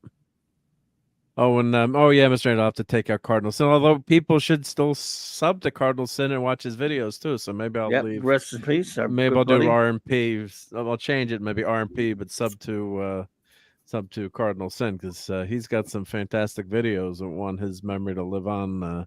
Yes. Forever. So yes. Das Wolf. Maybe I'll change that message. I'll have to go into Stream Elements and change that message. But yeah, of course, it's been 3 weeks, not even, since I can't believe Cardinal Sin passed away. So put that buddy. tribute up. It doesn't make sense. It doesn't seem possible. So never makes sense. He was a great guy. He was a very good YouTuber. He was getting he was working his way up in guests, to more and more famous people, and he did variety of different streams, masters of the genre, and midnight to midnight, and unboxing, and it's into the fringe, and he was, every time he'd show up on Klavy's channel, he all of a sudden it'd be like, there's a $20 super chat, and there's another $20 super chat, making the rest of us look like cheap bastards. Yeah, I'm like, I did a $2 super chat. Yeah, he's very nice. He did give me some. And his politics were the opposite of Klavy's. But I don't know. A couple of times when I'm sorry, I don't know if they were or not. I never really talked to him before about it. Maybe. I attended some of his streams when I could. Okay. And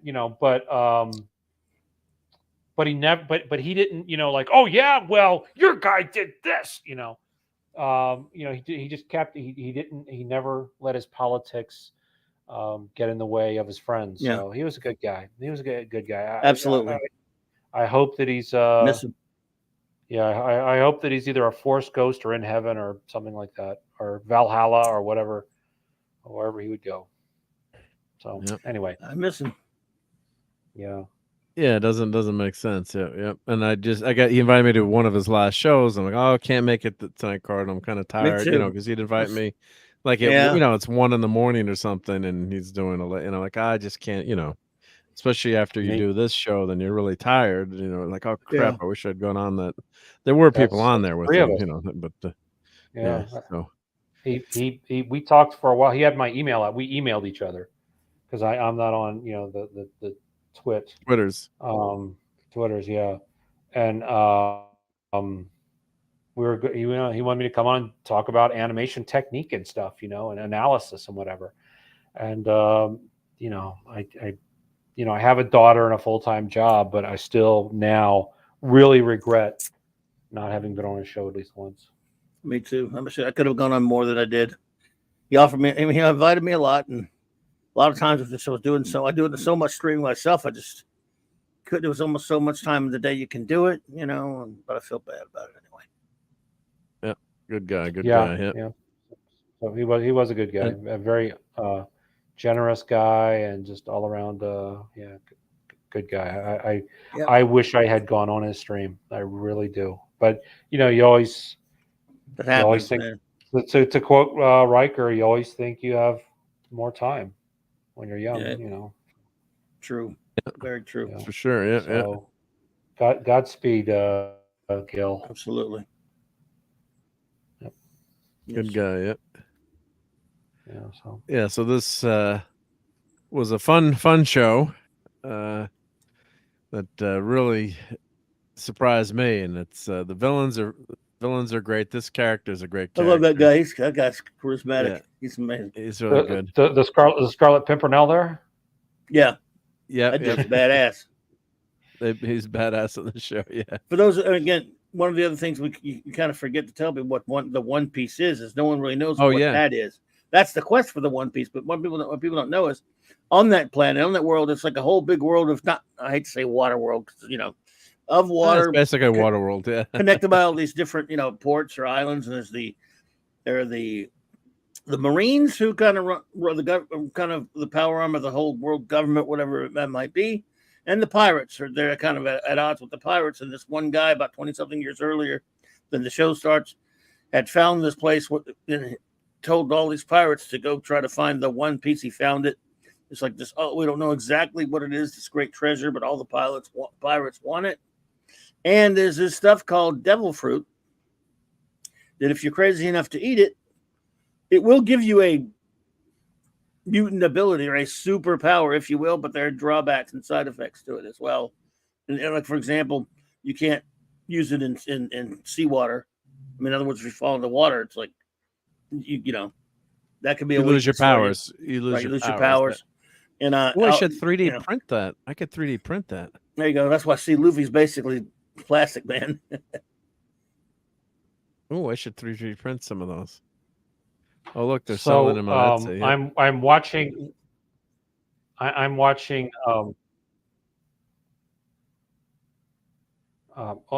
another window, I'm looking at Ahsoka fighting, for some reason, Anakin or CG Anakin. Yeah. No, she actually fought him, and she's horrible. Yeah, they have a scene where there's a dream. One of them, one episode, it's just like a holographic version of him, like for training. And there's another one, like in an earlier episode, where he was like, we don't know if he was a Force ghost or inside her mind or whatever, where she was fighting him. Yeah. You're not sure. Yeah. You can anybody that's ever held a sword. Anybody that's ever held a sword can tell she doesn't have a clue what she's doing.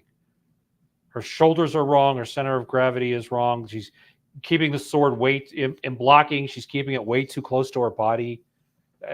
She's off balance. Her footwork is bad. That's just, they should have gotten a digital double or a stand-in with the makeup on. You know, just keep her for the tight shots.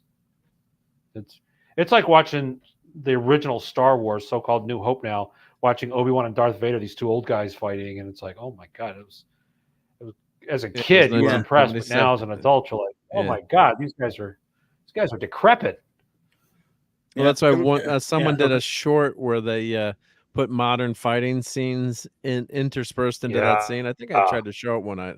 It was fantastic, just so good, and they CGI'd. Great. Yeah, it was really good. You remember that? Yeah, that was so good. And this actor, I was trying to remember who it was. so familiar. He was on Agents of S.H.I.E.L.D. as one of the good guys of the last 3 seasons. I'm like, I know this guy from somewhere. And the scary clown from One Piece, who's got also got powers. But yeah, it was so Yeah, Jeff Ward. He hilarious. was fun. He's a good actor. He was great in that role. Is Yeah, his nose real on the show? Do you think that's a real nose, or is that just they're making fun of his nose? No, I don't think so. What the hell? The hell's wrong with you, boy? They're joking about his nose. Yeah. But yeah, his character is great, and he's reoccurring through multiple episodes. But like this is the first fight scene that you see, or second fight scene you see Luffy in, and it's just choreographed so well. I guess, yeah, they must be on a harness there, but they just set it up, and of course there's no guns there, so it's a little bit. Even though they do have primitive flintlock. And they got to add that stuff. They got to add effects and different things because he's, of course, using his stretchy powers and stuff. Yeah. But it's just getting kicked. The guy getting kicked there. Why is he leaning backward instead of doubling forward? When you ever get punched in the stomach, your head goes forward, not backward. Doesn't look like the foot's making contact. I don't know. And then my question would be, why does he have his sword behind him? I don't know, but I didn't see the thing. Yeah. Well, it's a much better fight. Fight sequence. It's a lot more exciting fight than any of the ones in this Ahsoka or the shitty Obi-Wan show. Well, plus you can't hurt Luffy too. You can't. I don't think he can be cut, right? Luffy can't get cut, right? No, because he's rubber, right? So he gets shot. And says I'm rubber, you're glue. Anything. Yeah. Well, he definitely can't get cut if his opponent has his sword behind him instead of front of him. Yeah, he's pretty much plastic, man. Anyway, there he is. They're there. There's some shots of them with the wires and stuff. So. Yeah. The wire work isn't overly done, I have to say too. So it's not hidden crouching tiger, hidden dragon craziness. So Monkey is saying Luffy can be cut. Okay, yeah. Yeah, he can be hurt. He got hurt one of them. Yeah, so okay, I'm so saying it would take a lot. Yeah. Not even just with the salt water, it actually can be cut. Yeah. Right. And JT Kirk says, great question. Nobody knows. Nobody knows. Yeah. Well, nobody knows.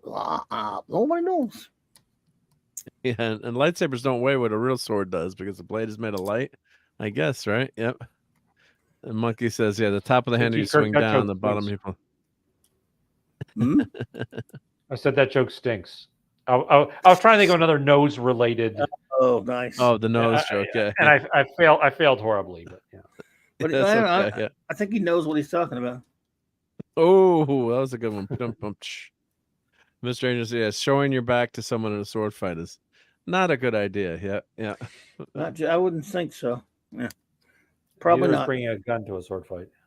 Yeah. Oh, Mr. Angel say would have been on the Olympics in fencing for his country if I didn't break my arm in practice. Oh, wowzers! Ouch. Wow, that's very Mr. cool. Angel must be, of course, an excellent swordsman. Yeah. And wow. Could take on the swordsmen in Marvel Comics, maybe then. Yeah. I'm a good lord. Mr. Angel, you're British, if I recall correctly. Is that right? I don't. Or maybe he lives in England. I thought he said one time that he was Austria or somewhere. Yeah. Oh, Austrian. Dutch. Oh, Dutch. He's Dutch. Okay. I don't know why I thought you were English. I don't know. Huh. Don't know. I don't know. Well, that's very cool. That's very cool, Mr. Angel, that you were that level of the Netherlands. There you go. Wow. Yeah, that's where the Dutch are from. Yeah. I'm sorry. That was me being a complete jerk. I'm sorry. That's a great long ways away. Mr. Angel's very good with the cocktail swords, he says, too. Yep, dry martini, please. Yep. Millions of miles. Thousands of miles. Thousands. Not now, Madeline. Tonight, so not now, Madeline. Sorry. This will be a very quick aside, but at lunch, the art team where I work had a lunch, and I was telling people how that there is now transparent aluminum because the guys were inspired by Star Trek. How do we know he didn't invent the thing? For sure. Wow, that could have been an audio lifted. That was perfect, Klobby. Oh, you're too kind. Thank you. No, I'm absolutely not, because your Johnny sucks, but you're not DeForest Kelly. Help me out here. I'm so tired. You're Scotty. Jimmy Doohan. What's the name of the actor? Jimmy Doohan. Perfect. As good as your word. Aye, sir. The more they overthink the plumbing, the easier it is to stop up the drain. Here, Doctor. Souvenirs from one surgeon to another. I mean, that's perfect. That is a perfect impression. Thank you, sir. You're welcome. Thank you. Very good. Very good. Very good. Yeah. I'm bad with compliments. Actually, Klobby, I did an impression of your impression at our art meeting. Well, I was talking about the transparent aluminum, and everybody said, "Wow, that's really good." Did Art like it? What did Art have to say for it? Paintings. Remember Daredevil? Art who? Daredevil Netflix. Anyway. Yes. So Mark wants to go. Hello, computer.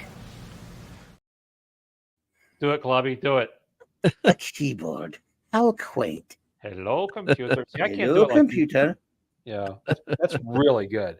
Mr. Scott, how much reset time? What's that? No, I would say if I could do it that well, I would be looking for excuses to do Scotty quotes day and night. Well done, Scotty. You fixed the barn door after the courses come home. Aye, sir. So, how much refit time before we could take her out again? 8 weeks, sir.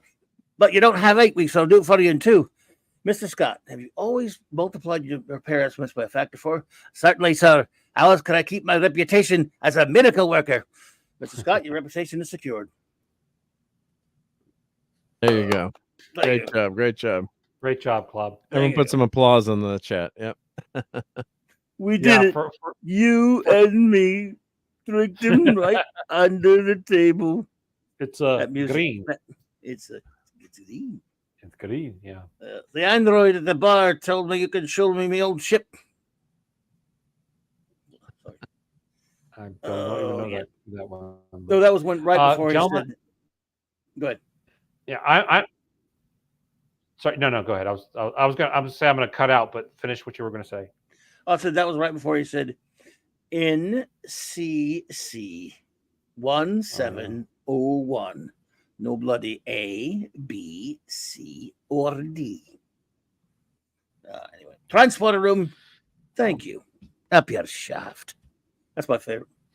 So sorry about that, Steve. Continue, sir. No, that's okay. I'm just saying. I always cut out at 9, as you guys know. 9. We need Thor's brother to talk about Loki for a few minutes, even though you didn't see it. You didn't watch it. I haven't seen it, so yeah. From everything I've heard, the first season was terrible. The second season is worse. Well, it's only one episode of the second season out, but the first season was terrible. Well, some people liked it. That's a shame. But, Tom Hiddleston, I think it was very confusing. He's a brilliant actor. Yeah. He's a great actor. Yeah, I was let down. I was let down by it, but I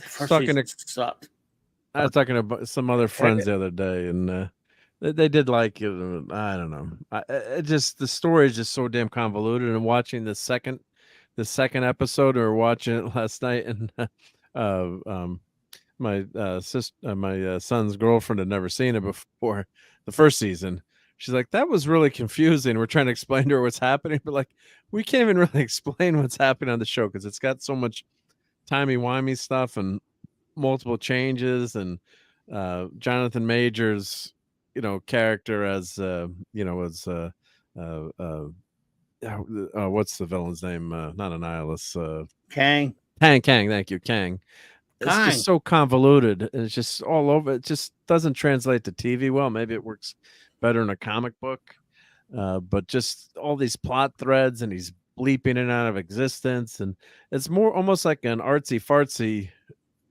People got too much power in this one, and the sets are gorgeous.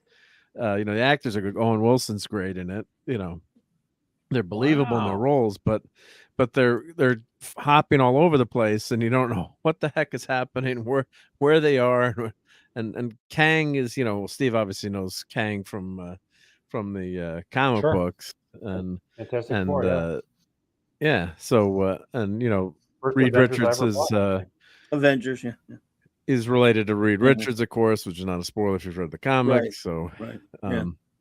So, and there's multiple Kangs, and there's all, the Kang stuff, and versus the Avengers is kind of crazy, but it's just you don't even know what's happening or what they're fighting, and you're fighting. He's got this plan for the universe, and there's one sacred thread. You don't know what they're supposed to be doing. So it's almost like you're supposed to watch it, kind of like an Escher painting, and not really understand it, but enjoy it, I guess, for the performances and the set pieces, versus actually having a coherent plot that you can understand what the characters are doing. So this is female Loki that he makes out with at the end of the first season. So he makes out with himself, I guess. That's not creepy at all. Definitely not creepy. Let's ask Luke and Leia what they think about that. Yeah. Yeah. Oops. Yeah. Oopies. I had the whole short thing. round I is had in all it. the movies planned out from the beginning. Sure, you did. Yeah. Oh God. Oh, short round. Short round. He's fantastic. That part was good. That's the first episode. There's only one episode of the second season. This is the first episode of the second season, and he was the best thing in it. Yeah. So he's actually Loki's in the past talking to him, and then he shows up 400 years in the future, and he's having a conversation with Loki in the present. So it's like that was kind of cute, but they're going from 400 years apart, and he's like, don't you remember that when that happened? And then Loki's blipping and bleeping from past to present. So it's that was kind of fun seeing. He's like the IT guy or the engineer fixing everything, I guess. So he's an interesting character, but it's just the story is just so convoluted to repeat myself, but it's just so all over the place. It's just what the heck is happening here? So I don't know if anyone in the chat. Oh, hey, Rough Girl, how's it going? Good to see you. Happy Sunday. Thank you for stopping by. Yep. Lisa's never a fan of Art Deco. I kind of like Art Deco. It's got its place in when done right, but it's the show is definitely going all Art Deco, but I mean, Steve hasn't seen it, but Steve, you probably know as much about the plot as we do, I guess. Times, would you agree that how damn confusing this is? Or yeah, well, it took up from the last. They kicked the can down from last season to this one. To the end of the last episode, they were in that of the season one. They had finally went into Kang's lair, and he claimed that the universe was hanging by a thread that that female Loki intended to kill him, and if she did so, it would splinter him off into all these other.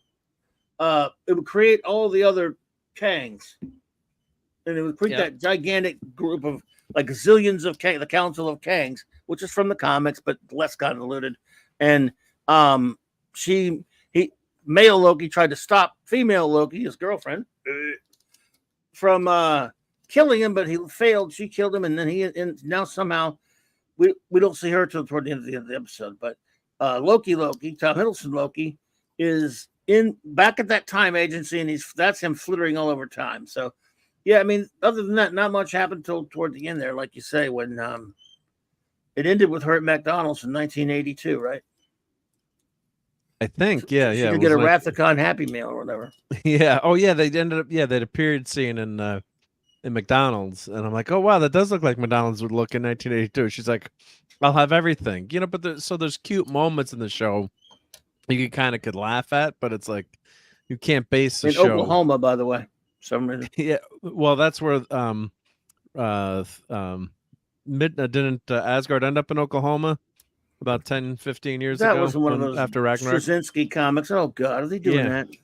I'm just saying. I thought it was Kansas. I thought that was Kansas, but it might have been Oklahoma. I don't remember. Either way, it was a dumb idea. Was yes, I hated it. So then they put Asgard up. They said, "Well, we'll be up in the air, so we're technically not in Oklahoma." Yep. Oklahoma. Yep. So Don Don Ranger Power like Loki. There we go. My number one Disney original series is High School Musical, the series. My kids really like that too. Yep. The final season is streaming show of the year. Well, High School Musical, I could sing every song from High School Musical. I won't because I had to watch that like every day for about 3 or 4 years straight. I'm exaggerating a little bit, but for a while that was my kids' movie, and they would just play a High School Musical over and over again and sing to it when they were like 5, 6, and 7. So yeah, it was it's well done though. People make fun of High School Music, but for what it's going for and the demographic, it does a good job. But I can only imagine what High School Musical, if they'd redid that movie now, would look like. But better not go there. There's mail and email. Loki says Monkey Jeebus. Yeah, mail and email. Look, mail and email. Good one. Jesus. I guess the design is pretty cool. Dear. And the TVA was TVA Simonson's creation, or was that something he put in the FF? It was way before him, but Steve says yes. Oh, Steve, sorry, Steve, I didn't see your private chat there. Yep.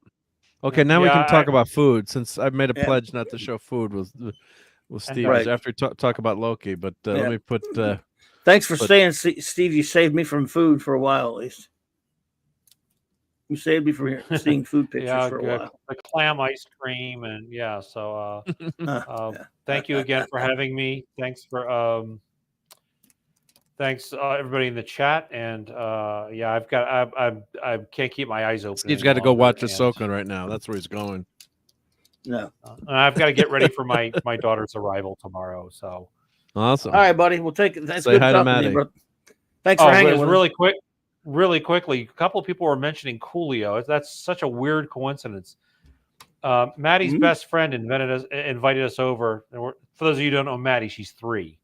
Her best friend invited us over to go swimming at their house, or I should say their mansion. And later on, some other people came over. I'm talking to this guy, and I'm telling him I'm an animator. And he's like, "Oh, that's really cool. You must be so inventive, blah, blah, blah." I said, "Oh, what do you do?" And he's a music producer, and he produces rap videos. And I said, "Oh, I'm not really a big fan of rap. The only rap song I ever liked was Gangsta's Paradise." And he said, "Yeah, I produced that." Whoa. Wow. Yeah, small world. Small world. It's a good thing. Wow. It's a good thing you said you liked it. You said, I know, right? The music video I really hate the most of all time. That Coolio guy. Yeah. He just passed away this year too. So rest in peace, Coolio. Yep. Yeah, but that was like the last rap song that I thought was sincere and talking about, like their lives and what they're, kind of forced to live through. And then after that, everything was like self-aggrandizing. I'm a cop killer, or, she says, "Hello, come sit by me, my friend." It's all just self-aggrandizing crap after that. But yeah. So anyway, small world. Cool. Yeah. Anyway, good night, everybody, and don't eat any clam pizzas. And all right, bro.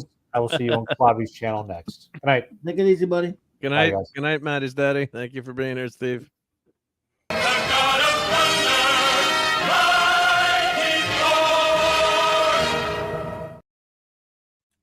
So thank you to Maddie's daddy for being here.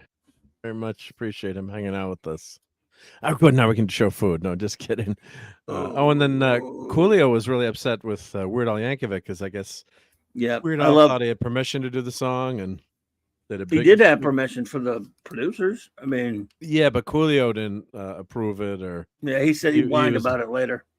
Oh, he was really pissed. Well, because his song was special to him, so he didn't want that made fun of. But I thought it just added to the zeitgeist of the song because it's just shows you how cool the song is. Yeah. Amish Paradise was great.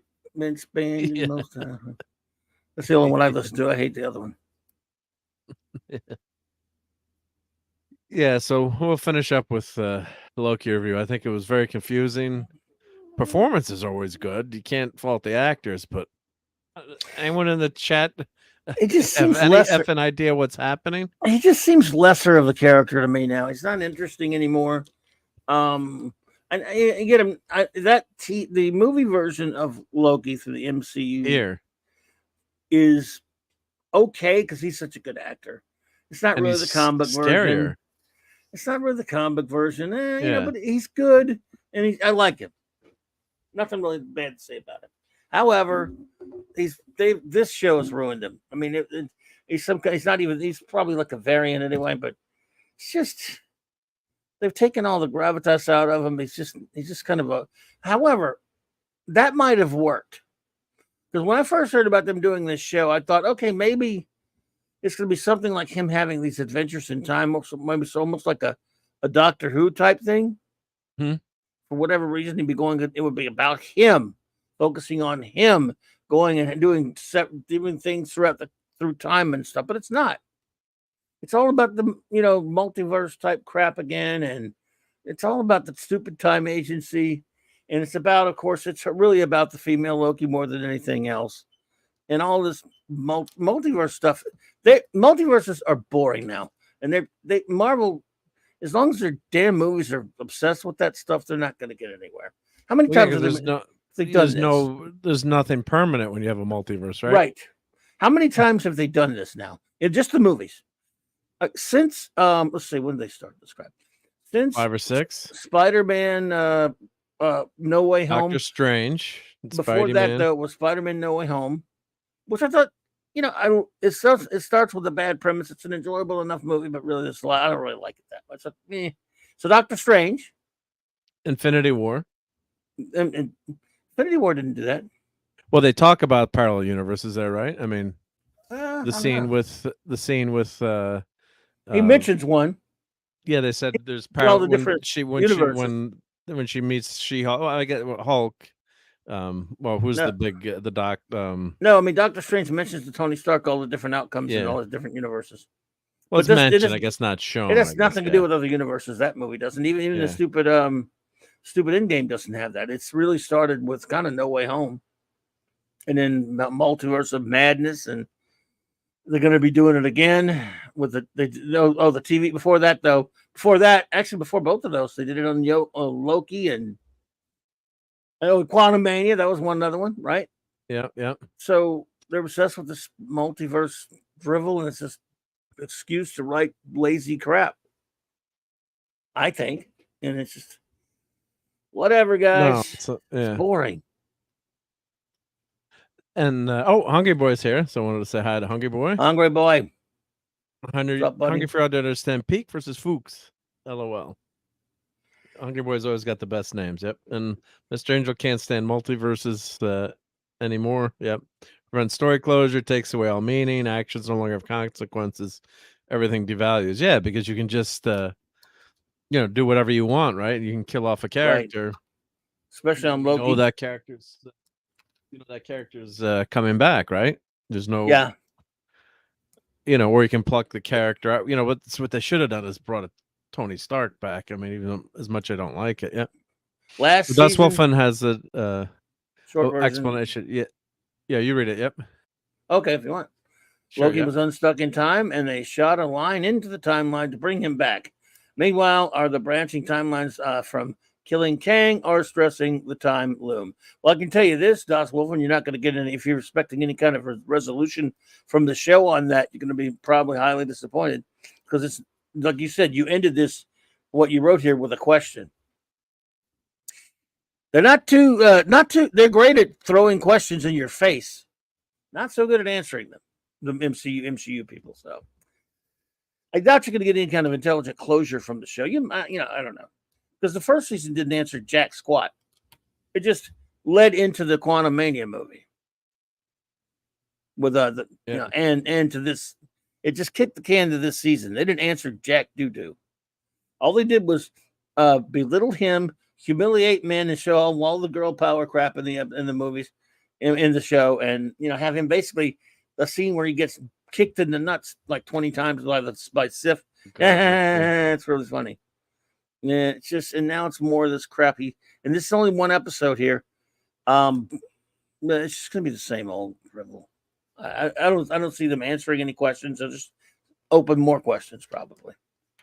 Yeah, who knows? Maybe I'm wrong. Maybe this is fan service stuff here. The famous Loki cover from the comics and the character there. But it's you just have a cute moment for a few seconds, okay, but part of the multiverse. But they had the Loki alligator, which was a lot of fun. But yeah, does it make it a great show? And you're right, because Loki's not all powerful, but a pretty darn powerful character. He's people forget, or I shouldn't say forget, but you got to remember he was the whole focus of the first Avengers movie, right? He brought the Avengers together, and they can barely fight. He got body slammed by the Hulk and survived it. Yeah, but he's getting kicked in the nuts by a chick like her. I mean, those Sif. Sif's pretty powerful, I guess. It's all fine and good. Yeah. It's just lame. But he doesn't have the same. He's like more of a comedic character now, unfortunately. He was just to go back to Avengers, how scary it was, and that's one of the reasons he's so damn scary. It works so well as an actor in that first Avengers movie. The plot I think falls apart without a good actor in that role, and the scene where the one man basically compares him to he or she not be named, and stands up with courage. You won't kneel before him, kneel before Zod moment, and he doesn't. Great scene, and Loki and Hiddleston really pull that off so well. So I was just really love that first Avengers movie. Yeah, I think I do too. I think Hunger Boy wants to hear from Captain Cave, but I don't know where he is right now. Yeah. Well, maybe we'll find Captain Caveman. Yep. Ignore that R. I had coming out something else there. Didn't it when I wrote the type. It happens, buddy. Don't sweat it, Dust Wolf, and it happens, brother. Yeah, the 200 characters, the editing, it's not the easiest. So always appreciate everyone commenting in the chat. Yeah, everyone's adding a lot to the show, thankfully. So always appreciate it. Yep. I agree with this big time. What Mr. Angel says, this is really ridiculous. Yeah. When we do it, you can read it. Yep. The part where Loki finds the Infinity Stones in the office, and they tell him, "Oh, yeah, we use these as paperweights." That was when I tuned out. Why have an Infinity War over them if it's futile? Good point. It was meaningless drivel, blather. They don't even respect their own show. Unless they said, "Oh, these have been depowered," they no longer. They didn't say that. They didn't say that. Yeah, that's why you're right, Mr. Angel. But yeah, they writer should have said, "Hey, yeah, these have been depowered, or these are copies, or we use these to trick someone, or something." But yeah, if you got all the Infinity Stones, you've got all the power in the galaxy. Yeah, so it's just sad. On the TV, have stopped pruning variants, which is adding to the stress on the timeline. Yeah. It's adding to my stress trying to understand the show. Yep. Yes, sir. The old man who confronted Loki with Kenneth Tiger, usually a comedic actor, who did a great job with just a few words. Yeah, that was a top-notch scene in the Avengers movie. Yeah. Mr. Angel, Hungry Boy says, Mr. Angel, the paperweight scene may be considered unseasoned tofu. Oh, that's rough. I mean, Cloudburn times, you wouldn't like unseasoned tofu, I'm sure. Usually like your tofu seasoned, right? I don't want it anywhere. Either way, seasoned, unseasoned. Tits not the season. Not the season, yeah. Tits the season too. How about we use that as a segue to do this? How about we go segue, and then we'll close down for the night after I get everyone sufficiently hungry, because I did do a lot of eatery this weekend. So and just to recap, watch Loki at your own peril. You might enjoy it. Some people do, some people don't. But if you can figure it out for me, let me know what's happening. I'll watch next week just for no I'll watch reason. it. Yeah. Ahsoka ended up being a big disappointment, but my good takeaway out of it is I started watching Rebels, which I find really enjoyable. So watch at your own risk, or when you watch the fight scenes, I recommend speeding up to at least 1.5 or 2.0x, and then they do look pretty good. One Piece is one of the best things we've gotten. I think it's Cobra Kai level good. there's not a lot of new stuff that's rises to that level, and yeah, One Piece is up there. So definitely you can enjoy that one. So let me get my food pictures up here. So viewer discretion. Well, while you're if doing you're that, I hungry gotta right now. give me some water if you don't mind. I'll be right Okay, back. yeah, go for it. Yep. I'll introduce the. I got to get a food Sunday Night Foodery segment, I guess. So let me share my screen here. Actually, let me go back to the first picture. So we'll start. Oh, we'll start with the. I think I haven't shown these yet. So here, let's go. We'll start from the very beginning. I have a bunch of pictures I haven't shown. So let me. Let me share screen. So there we go. This is breakfast from a few weeks ago. So Dad Man's not here. I know Dad Man loves eggs.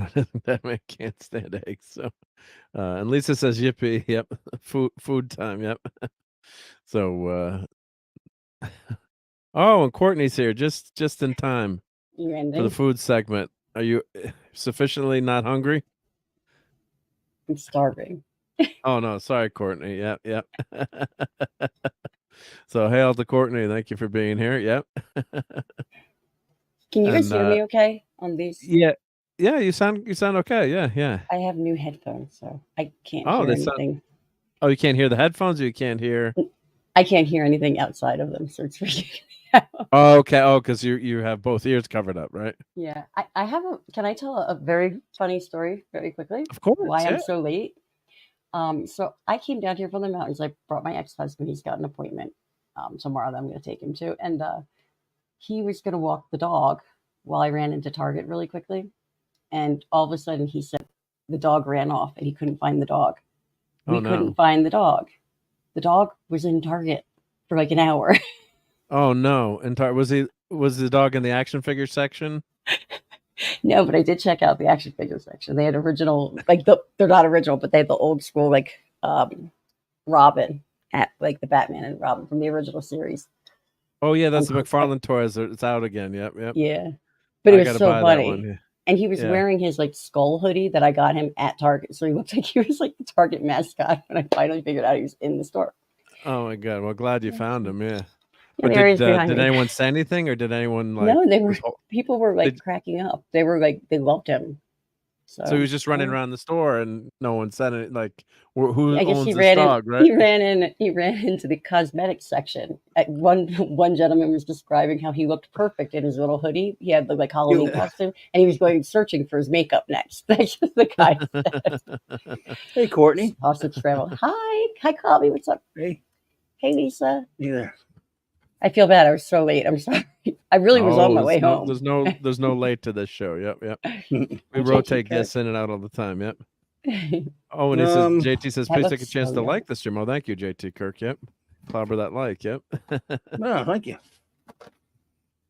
And Hungry Boy says it looks like a guys with a potato beard. Okay, what's in this thing? I'll be the is, judge of this. It's potatoes. It's 2 eggs. And it's sausages. And that's all? Yeah. Oh, okay? I'm all over it. Yeah, that'll work. I don't know if this was chicken sausage or regular sausage. It might be chicken turkey sausage, but it's eggs. It's got eggs, so yeah, and Dad olive Man wouldn't be oil happy, and but I garlic like it. And it might be some onions in there too. Yeah, there's some onions in there too, chopped Some up. of the meat looks suspicious for a second, like shrimp or something, but no. No shrimps. Yeah. Is it on something? It's in the frying pan. Okay, what's that? Okay. So I covered it with cheese. Oh my god, that looks really yummy. That's good. So I figured we'd start with breakfast from a few weeks ago. Yep. We found a winner for Clave, Mark. Yep. That'll work. That'll work, right? Yep. All right, now I don't know if you would what the verdict on this is, but this Does is he wrap how, those up? Is that it wrapped that's up? Fish. No, that's fish. Now we're transitioning to fish. This was dinner. Dinner last week. Was this halibut or was this? That's it's a homemade rub. It's spicy, a little spicy. And I use that for a lot of stuff. It's like it's paprika, brown sugar, chili powder. It's one of the rubs that I found on the interwebs. And Yankee spicy, probably not like Louisiana spicy or anything. Slap your mama. spices, which is good too. I like that. Yeah, it tastes a little bit like that I actually. like that. I can't. My stomach can't handle them anymore. Yeah. And Hungry Boy is hungry. Yep.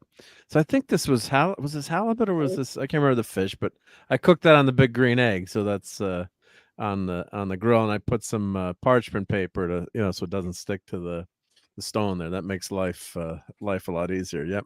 Now, I wonder, would Hungry Boy add green Tabasco or red Tabasco? Oh, we will answer that question in a second because RRTNZ has a super chat. RR. And that's new. I guess that's New Zealand, I'm assuming. Thank you so much for that. Super appreciated. Says, hail Mark Clubbing team. Listening on my drive home. Question: Jim Aparo or Alan Davis is best artist for 80s Batman and the Outsiders, and why?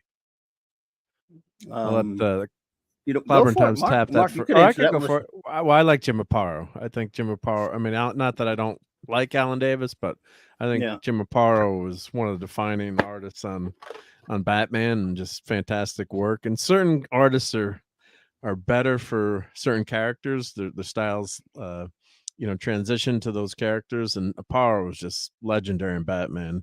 Not to the slight Alan Davis. No, I don't know if the. Of course, I love his Excalibur run. I don't know if the Cross Time Caper is still going on, but just love his work too. But I love him on Excalibur and some of the X titles, maybe better than the Batman stuff. And Batman and the Outsiders, of course, is I know that's not one of Clobber Time's favorite ideas for a story, but it was pretty popular run. But I'd vote Aparo. And thank you again so much for that super chat. Much appreciated. Based on what I just saw, I would go Aparo too. But I'm looking at like the Phantom covers for him. I go Aparo. Oh yeah, well, look, I love Alan Davis. I never liked Mike Barr as a writer, so when they ended Brave and the Bold just so they could start Batman and the Outside, and I never, other than Batman and Metamorpho, I didn't care for anyone else in that group. But I'm going to pick Aparo just as her sentimental favorite. Davis is great. But Jim Aparo is just one of the greatest of the Batman artists, one of the top ones. And even though he was getting, the title I didn't really like it that much. The book I didn't care for. I bought it for a while anyway. So yeah, I've got to go Aparo as well. And are you seeing Aparo work there? Yep, this should be Aparo, right? No, but before you put it up there, Courtney said she saw some Aparo. Yeah, I was looking at on her phone. But this like Phantom stuff, can you see that? Let me make That's like really up my alley. I love his Phantom book. He did Phantom in the 60s.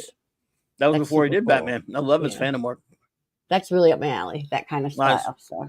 I'm from Charlton. That's why I think. Of course, I had to look it up, but I'm the one that doesn't know all that. Love Jim Aparo. I think this was a sticker that I had too. They made this image into a sticker. I think I have, of course, Death in the Family. Very, brilliant art. Is that him on the cover though, or is that where? Death in the Family? Was that him on the cover of Aparo, or is that? Mm-hmm. Okay, yeah, want to make sure.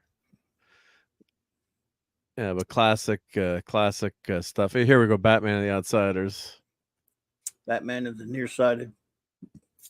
The Inside Outsiders. And let's just to compare for fairness. There's number one. Alan Davis. That was what they had. Speaking of Batman. Oh, nice. I took a picture for you. That was their on clearance. Cool. They got a lot of Batman, some of those Batman figures out there. Hey, Linrod. Hey, Linrod. Hail. A lot of people rolling in now. Very good to see everyone. And Aparo's good on. Alan Davis is, not too shabby either. So. Oh, he had a good run on Batman on Detective. Yeah. I love Alan Davis now. Yeah. Well, Detective, he had a really nice run. Yeah. And I'm a big fan of his Batman. No question about it. I like his Marvel Man. I like his. It was Excalibur. Year 2 was great. We did Year 2. Which I hate the story of Year 2 because it's Mike Barr, but I like the art. Yeah. He took over from McFarlane took over him one or the other on Year 2. So it's good. It's good, darn good stuff too. But I think I just, for some reason, the Alan Davis Excalibur and, Aparo Batman, just the way they go. But yeah, Matthew Pounder, this is a great cover here too. Yep. Oh, let me catch up to the chat. So let's see here. Mr. Angel says smoked eggs and salmon, spring onions and toast for breakfast for me. Damn it, Mark, making me hungry again. It's very early in the morning over there where he is. Yeah, cooking some breakfast, right? 6 in the morning. Yep. So everyone, the warning is if you're hungry now, it's Sunday Night Foodery. So fish heads, roly poly fish heads. Here we go. Here's my Sunday Night Eatery ticker there. Yep. So yeah, the fish comes out good on the big green egg, I have to say too. I cooked it a little low and slow for a little bit. Yeah, it came out nice. Yeah, I have it on a pizza stone there. So Tarnation, Matthew, it's good to see you, buddy. Hey, Matthew. Hail. Matthew Pounder. And then I did Clobberton's favorite Brussels sprouts with a lot of salt and olive oil. You can have mine. I can have yours? Yes, sir. Oh, good. I love them. They came out really good. So look at those Brussels sprouts. Yep.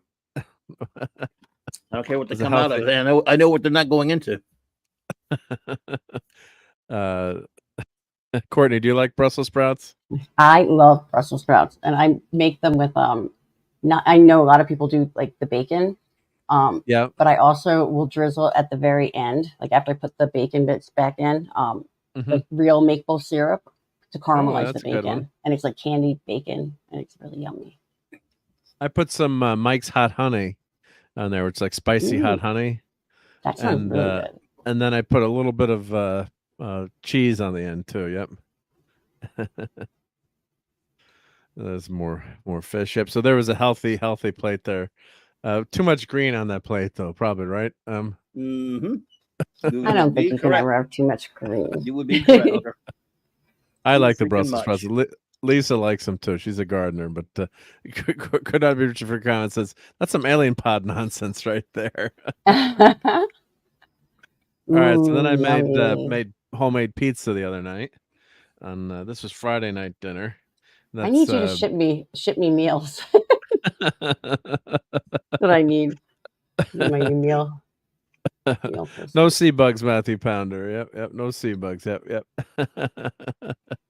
So this is chorizo, fresh basil from our garden, mozzarella cheese, and sauce, and then homemade dough. So everything's scratch. Well, I didn't make the cheese. I guess I didn't make the sausage, but and we put we made that one a margarita version. So we put some fresh tomato on there. Yep.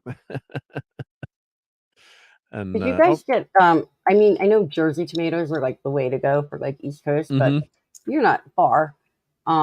Did you guys get good tomatoes this year? Or I didn't hear anyone from my family brag about the tomatoes this year. I didn't grow it. We used to grow tomatoes all the time, but then they would grow over into our driveway, so we just plant flowers in the little flower bed we have. And I used to love having tomato plants, and someday I'll do them again, I guess. But it's it wasn't the best weather this summer, I guess, for tomatoes. But depends on where you plant them and how much sun you get. But yeah, Jersey tomatoes are good stuff. Yep. And Hungry Boy likes give me that fish. Yep. So this is another pie. The fun thing is you're making your homemade pies. You can do lots of different things. So this was chorizo and then chicken on that one with the Mike's hot honey, I think. This is before going Mike's to the hot honey. Yeah. What is this? That's good Mike's stuff. hot honey. Sounds It's very hot. Here, I'll show you. Yeah, Mike's hot. They've become pretty popular company. Is it like Mike's hot sauce, like Red Hot? It's the same company. Yeah, well, here, let me show you their. I don't know if it's the same company. Let's see here. This is some of their products. So yeah, that's the hot. It's infused with chilies. Oh, they have Mike's hot honey chips. Yeah, I had those one time. Those are good. I like that. Yeah, see, someone's putting it on pizza there. Yep. Honey with a kick. So yeah, don't put in your tea. It might be good if you had a cold to like clear you out. Oh my god, it would clear you out, but it's great on wings. It's just honey with chili, spicy. So you could make it at home, but it's you can just buy it like that. I don't know what the other products are, or you can buy a whole whole 192 ounce jug. I gotta get one of those. Yeah, but it's become pretty popular, especially you see it a lot in restaurants, adding it to different things. So yeah, so highly recommended. Mike's Hot Honey. Now we'll get them to sponsor you. Yeah. So, we have another super chat. Oh, thank you so much, RRTNZ. Hey, martial law is greater than the boys. IMO. Agree, disagree. Agree. Yeah, the boys went off the rails for reasons we won't get into, but yep. I liked martial law. I was sick, and I always felt like I needed like 5 showers after I read an issue of it, RR. But it was hilarious. It was undeniably entertaining and disturbing beyond belief. But for the time, and even for now, it would be. Yep. But I never read the boys, to be honest, because I'm a big fan of Garth Ennis. But thank you again, RTNZ, and we got to play something cool for that. Another super chat. So, did you ever read martial law or no? I'm Gumby, damn it! I just know a little bit about it, and I think I read like one issue. But now with the way the direction the boys have gone on TV, I don't know if I want to read it. Yeah. But thank you so much for that, RRTNZ, and here we'll make fun of myself. If I never see another clan, It'll be too soon.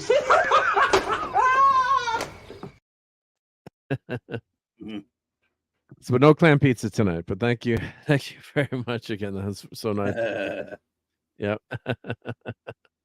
So, Das Wolf. Sorry, that was for another show.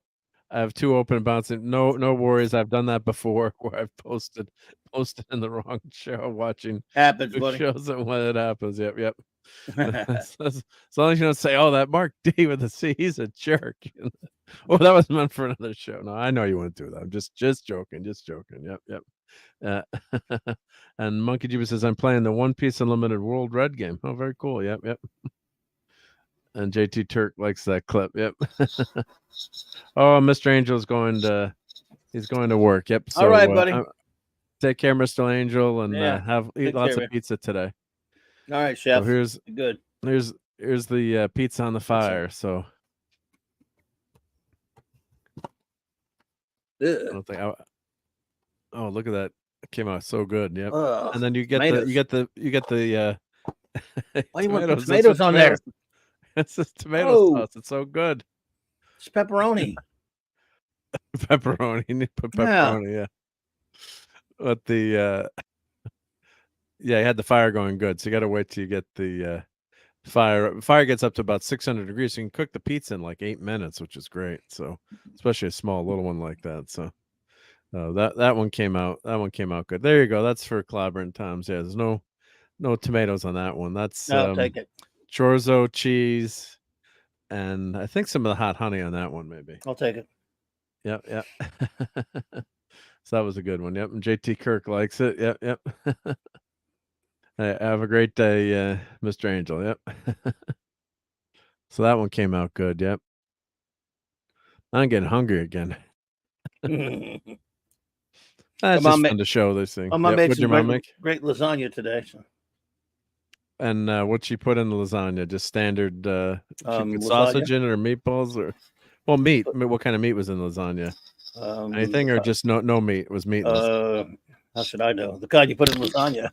I mean, either way, you could either do sausages or you can do meat. Small meatballs. But normally, my mom would cut up sausages and put them in there. No sausages in lasagna. Who the hell would put sausages in lasagna? Good in lasagna.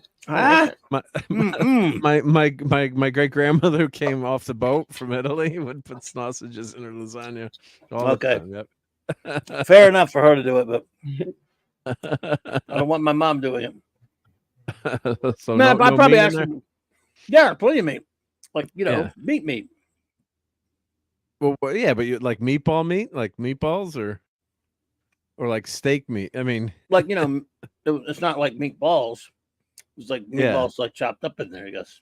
Yeah. Don't ask me cooking questions. All I know is it was good. You can't cook. It just tastes. You're the cook. You're the cook. Yeah. Well, ground beef. Yes. Ground beef. Yes. There you go. Yeah, so Monkey Oh, Jeebus, no, you can I buy ate too much of actually. it. You ate too much. Well, then it was good. So good job, Mom. Right? You went back for seconds. Yeah.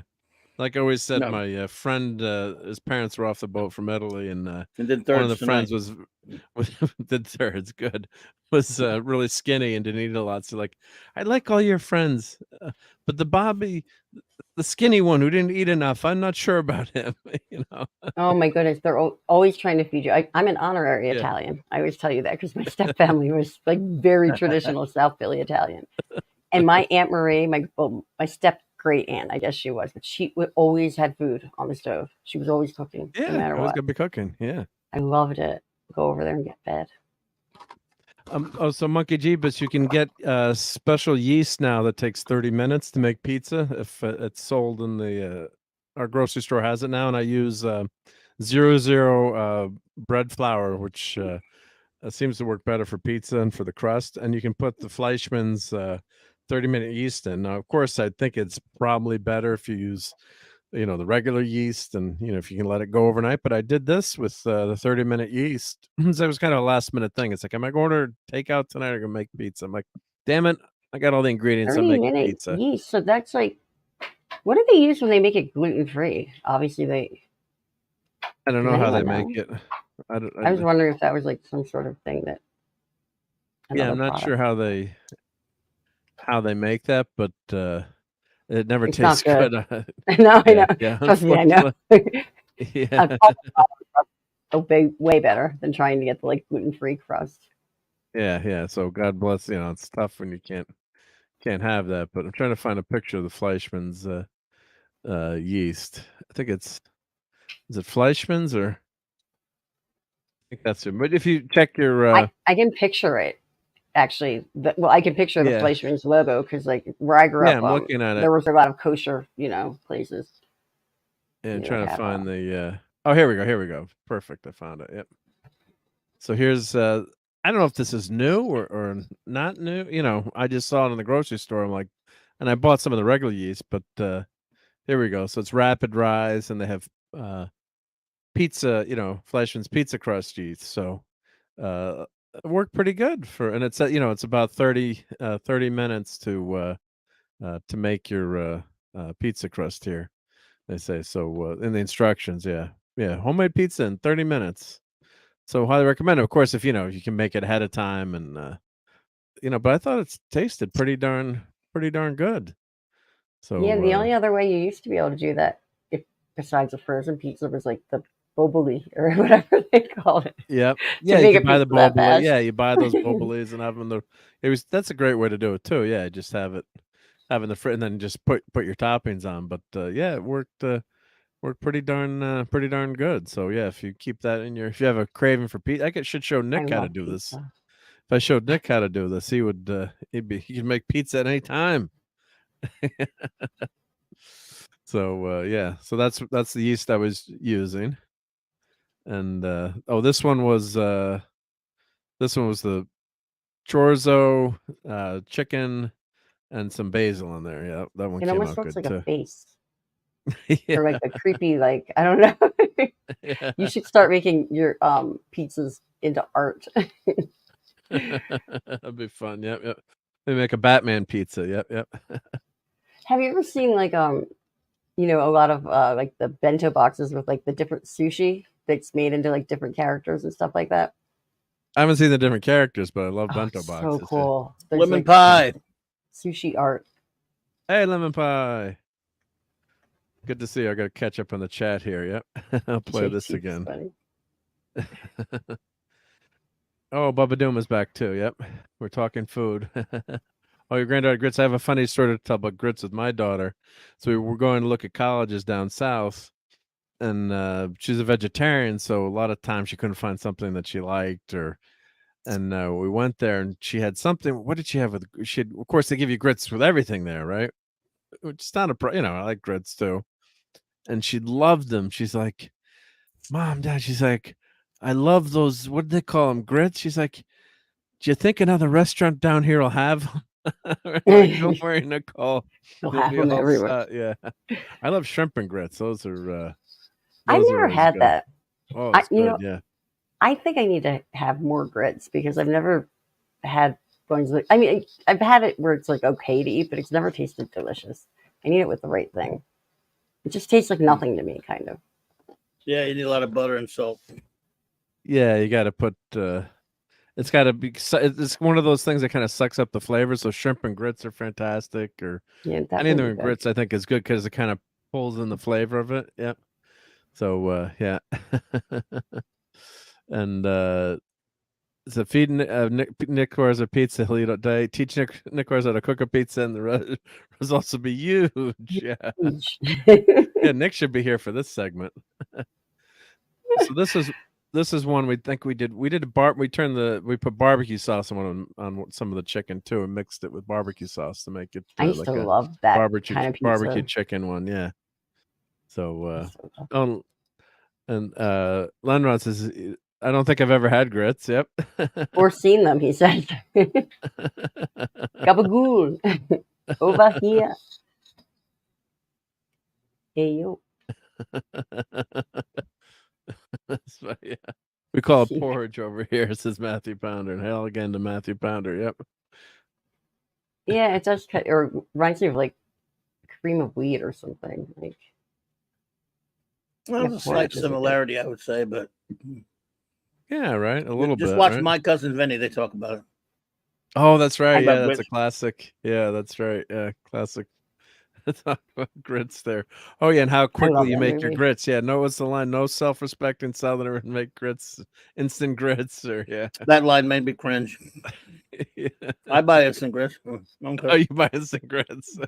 I mean, when I buy grits, I don't buy grits much, but I mean, the self-respected Southern big dick called dead with instant grits. That's shit. Shut up, Papa Gump. Driving Miss Daisy. Kind of that reminded me of. Here's the chorizo one with lots of extra cheese on that one. Yep. I think when making the pizza too is you don't have to overload the sauce when you make it. You think you're adding not enough sauce, but you want to go light on the sauce sometimes. I think too. Not over sauce it, if that makes sense. So it does because it soaks into the pizza and it soaks into the crust, or the dough. And or something you get too much of a level of sauce, if that makes sense. Yeah, but here's all the pizzas together. So that was dinner. I got to send that to Nick Weiser. Yep. So pizza time. Yep. So that came out really good. Yeah. So that was a darn good meal. And then we did. I did barbecue on Saturday night for the birthday party. So then we transitioned over to barbecue here. So it's a long foodery tonight. Is that like a beer can chicken type thing? Oh no, it's not. Yeah, it's like it is. No, you got it. Yeah. So there you go. My There's ex your is beer over here munching, but he used to make beer can chickens all the time. He's like, you just shove it up chicken tush. So I apologize. Hopefully Facebook won't censor these naked chickens here, but we got the front of the chicken. There's some naked chicken breasts here. And we got one who's wrapped up, ready to go on the rotisserie. The one looks like it's got back. Baby got back. Yeah, baby got back. Yep. So just same rub that I used on the fish, and you just put some beer in there, in that beer can, and then I have a rotisserie for the grill too, because I had to do 3, and I only have 2 beer can. It can really only fit 2 chickens in my thing, in my big green egg. So I said, let me break out the rotisserie. I haven't done that. I haven't used the rotisserie in a while. So here's smoked chicken going on there. So that's so good though. I love grilling. I miss that.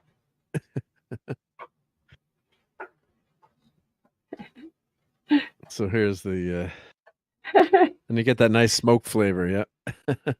Looks like a David Lynch film, says Matthew Pounder. Yeah, right. Yes. It's like Rub down. Eraserhead. What is the world coming to? We're so out there. We're bad. Looking at chicken. Don't take this moment away from me, says Lisa. Yeah. So here's on the rotisserie, all wrapped up. Yeah, rotisserie chicken is easy to do. Right? If you have the grill, I have a, it's made for, it has a rotisserie burner in the back. Oh, safety tip. First time I did it, I forgot to put a drip tray down. So then all the grease went into the charcoal and then it just makes a mess. Yeah. So you catch all the grease coming off the rotisserie chicken.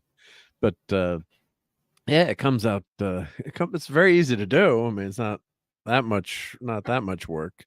And luckily enough, I have my grill has as like an add-on, you can put the rotisserie on there. So probably could do like three whole chickens. I forgot the dry white toast to go with this, but I should have gotten the dry white toast. And what else did the Blues Brothers have? Cloudburn Times, was it a Coke and what's the quote?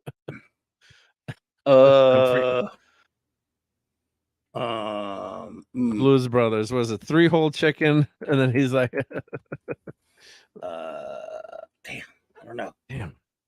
Can't remember. I don't know. I'm not good at quoting that movie. I like it. Not good. Yeah. It's not one of my quoters. It's not one of my quoters. It should be, but it's four whole fried chickens. Elwood orders dry white toast. Yeah, four fried chickens and a Coke, and then Elwood said dry white toast. Yeah, so that's yeah.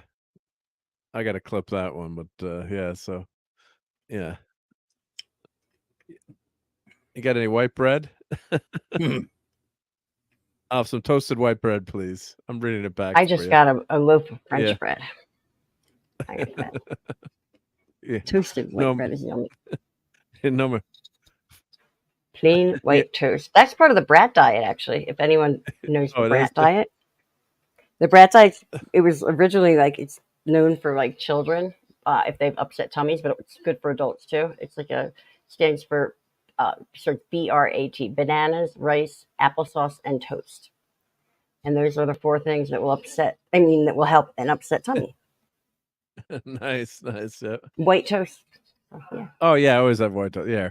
I'm gonna play just 5 seconds of this, and I'll be safe. But here, let me reshare it because I was thinking of this as perfect for this segment here. So now they moved the tab to turn the sound on. Yep. There we go. So 5 seconds should be okay. And then put the volume up on this one. Here we go. And a Coke. I missed it. Here we go. Fried chickens and a Coke. And some dry white toast, please. You all want anything to drink with that? Dry white toast. Dry white toast. Yeah, I could have played more, but yeah. I'll clip that one. Yep. But that's classic Bruise Brothers. Yeah. Plot twist. That's a giant clam. No, it's not a giant clam. Definitely not a giant clam. See? Not a clam. Not a clam. Although it could be like a trap that Batman would have to get out of, right? Cloudburn Times. Mm-hmm. Batman and Robin rotate and revolve. As the heat mounts, their bodies dissolve. As they turn round, they swivel and melt. There'll be nothing left but their utility belt. What happened? Do you remember the episode? And what was the villain? They were on a spittle thing like that. Spittle thing like that, right? And the episode, the villain was called the Minstrel, played by Van Johnson. He sang he sang at them a lot. Oh, okay. Yeah. See what you remember when you were a little kid, and then yeah. Well, I watched that one a lot, though. I love the song at the end when they caught him and he was being brought to jail, and the TV guy, the reporter, do you have any messages of this? Well, as a matter of fact, I do. Wait for the jailbreak, Batman. You've not seen the last of me. I'll clobber you and Robin. Wait and see. You'll vibrate both together. I'll shake off your heads. Oh, just you wait for the jailbreak, Batman. You'll be dead. Okay, I got a little carried away, but I love that song. Great job. Applause. Yep. Thank you. So this came up pretty good. Thankfully, the chicken didn't get away, but Brian. but thankfully Batman and Robin did. Hey, Brian Hepburn. Hail.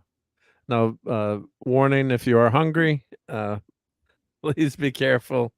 Do not watch the stream. Not on a full stomach, I guess. Yep. Brian. Yeah, it came out good, I have to say. That was today. This one was I today. I didn't catch that. What? I said this was today's work. Oh, this was yesterday. This was yesterday. Yep. Today was just leftovers. Yep. So I think that's. Oh, do I have any more food pictures? Yeah. Oh, so here's the and the big green egg. How many of you tied your Mego Batman Robin figures to sticks over the Barbie as a kid? Well, thankfully I didn't. Not me. I didn't burn them, yeah. But I mean, they had their adventures. They had their adventures, all right, but not like that. Yeah. Rotisserie prawn, yeah. So here's the temperature gauge and the sensor, so you know what your temperature is. You cook them at 375 in the big green egg, if everyone's asking. Probably took just about an hour to cook, maybe hour 20 minutes. But these are small chickens, so you got to hit 165. But it was pretty quick to cook, so not too bad. You could cook them, much slower and lower, but I don't know how much you really gain with that, but you can. Yep. Oh, and hail, Small Time Republics. Hey, Small Time Republic is here. Hello. I have to keep moving positions. Sorry, guys. Okay. Now I'm in a beanbag chair on the floor.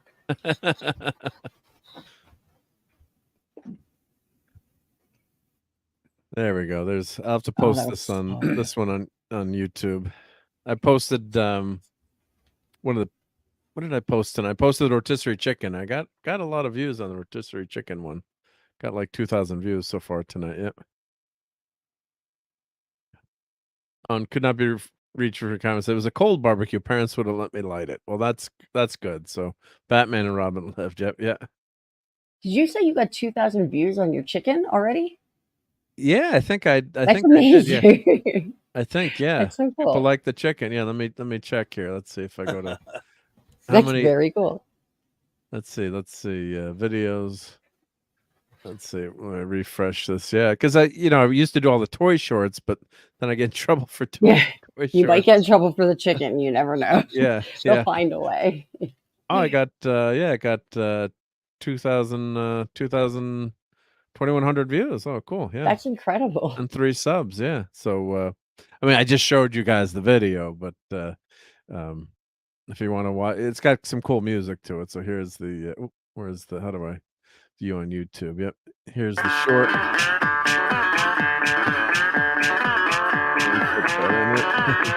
It's a chicken vid, yep.